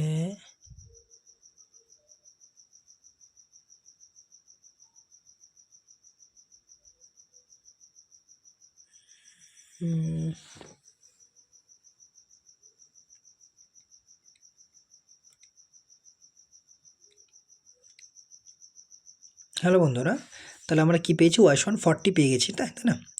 y এখান থেকে y 40 পেয়ে গেছি অলরেডি আমরা। এরপর y এর মানটা কোনখানে বসাবো, এই যে আমরা এই যে ইকুয়েশনটা পেলাম, ঠিক আছে, যে y 40 পেয়েছি না, তাহলে আমরা এই যে 6 এটাকে গুণ করার ফলে তো এটা পেলাম না, বা এটাকে বসানো যাবে না, বা এটাকে বসাতে পারি। এটা যদি বসাই তাহলে আমাদের হবে 4 minus 6 equals to minus 20, তাহলে এটা দাঁড়াবে আমাদের এটা দাঁড়াবে। কারণ কি, এই ইকুয়েশনটা বসাবো না তার একটাই কারণ এই ইকুয়েশনটাকে আমরা অলরেডি 3 দ্বারা গুণ করেছি। তো যদি বসাতে হয় এই ইকুয়েশনটা বসাতে হবে, কারণ একটা রেশিওকে বা একটা ইকুয়েশনকে যদি কোনো সংখ্যা দ্বারা গুণ করি, তাহলে গুণ করার পর কিন্তু সেই উপরোক্ত আর ইকুয়েশনটা কোনো ভ্যালু থাকে না। তাহলে আমাকে যে সেকেন্ড ইকুয়েশনটা পেলাম কোনো কিছু গুণ করে ভাগ করে, সেই ইকুয়েশনটাতে আমাকে বসাতে হবে মানটা, তাই না? তাহলে এটাকে তো অলরেডি গুণ করে দিয়েছি 3 দ্বারা, তাহলে 3 দ্বারা গুণ করে এটা পেয়েছি, তারপর আমি ক্যালকুলেশন করে ওয়ার মানটা 40 পেয়েছি। তাহলে এই ইকুয়েশনটার ভ্যালু নেই, ভ্যালু আছে এই ইকুয়েশনটা। তো এই ইকুয়েশনটা মান বসাতে পারি বা এটাতে বসাতে, কারণ এটাকে কোনো চেঞ্জ করা হয়নি, যেটা 4y minus 3x equals to minus 20। তাহলে যে কোনো একটা ইকুয়েশন যদি মান বসাই, দেখো 4y যদি আমি ওয়াইয়ের জায়গায় 40 বসাই তাহলে এটা 160 হবে। এইদিকে যদি রাইট হ্যান্ড সাইড নিয়ে যাই মাইনাস 160 হবে, মাইনাস 20 মাইনাস 160 মাইনাস 180 হবে। তাহলে মাইনাস 3x সমান minus 180, minus minus cancel out হয়ে যাবে, 3x সমান 180, x সমান 160, তাই না? তাহলে y সমান 40, x সমান 60, আর x সমান ছেলে, y সমান মেয়ে, তাহলে ছেলে প্লাস মেয়ে যদি বলি 100 হবে, ঠিক আছে? আমি তো অপশান টেস্ট করেই দেখিয়ে দিয়েছিলাম কীভাবে করব, এগুলো একটাও হচ্ছিল না, স্যাটিসফাই করছিল না, 100টা স্যাটিসফাই করছিল, সেটা অপশান টেস্ট করে পরীক্ষার জন্য খুবই গুরুত্বপূর্ণ। আর ট্র্যাডিশনাল ওয়েটা যদি তোমাদের কারো জানার ইচ্ছা ছিল তো আমি করে দিলাম, ঠিক আছে? এইখানে একটু সমস্যা হচ্ছিলো এই কারণে, কারণ আমি মানটাকে এখানে বসাচ্ছিলাম, তারপর ভাবলাম যে মানটা এখানে বসালে চলবে না, কারণ কি না আমি সেই ইকুয়েশনটাকে তো গুণ করলাম আলটিমেটে কী করে, ইকুয়েশনটা গুণ করলাম, তাই না? ইকুয়েশনটা গুণ করে আমি এটা পেলাম, তাহলে এই দুটোকে ক্যালকুলেশন করার ফলে আমি ওয়াই 40 পেলাম, ওয়াই সমান। তাহলে এটার কোনো কাজ নেই আর, তাহলে বসাতে হলে হয় এটাতে বসাতে হবে, না এটাতে বসাতে হবে, কারণ এটাকে কোনো চেঞ্জ করা হয়নি। যে কোনো একটাতে চেঞ্জ, আর এটাকে চেঞ্জ করে এটা পেলাম, তাহলে আলটিমেটলি যে কোনো একটাতে বসালেই পেয়ে যাবো। তাহলে ওয়াই সমান 40 পেলাম, অর্থাৎ মেয়ে 40 জন পেলাম, ছেলে 60 জন পাবো, ছেলে প্লাস মেয়ে কতজন পাবো? 100 জন পাবো। ঠিক আছে, আজকের আমাদের সেশন এখানেই শেষ। আমাদের আর পরীক্ষার বেশি দেরি নেই, আর মাত্র মাঝে একটা দিন, আজ তো হয়ে গেল 15টা দিন, কাল 16 তারিখ, কালকে কারো এক্সাম আছে, 17 তারিখে কারো এক্সাম আছে, যেমন আমার এক্সামটা পড়েছে 17 তারিখে। তো তোমাদের যদি 17 তারিখে এক্সাম থাকে আমাকে জানিও, ঠিক আছে, কমেন্টসে জানিও। আর আমার সাথে যুক্ত থাকো, আমি 17 তারিখ পর্যন্তই মক করাবো বা করবো, নিজেও তোমার সাথেও শেয়ার করবো। তো ঠিক আছে, সাবস্ক্রাইব করো, লাইক করো এবং শেয়ার করো। Thank you.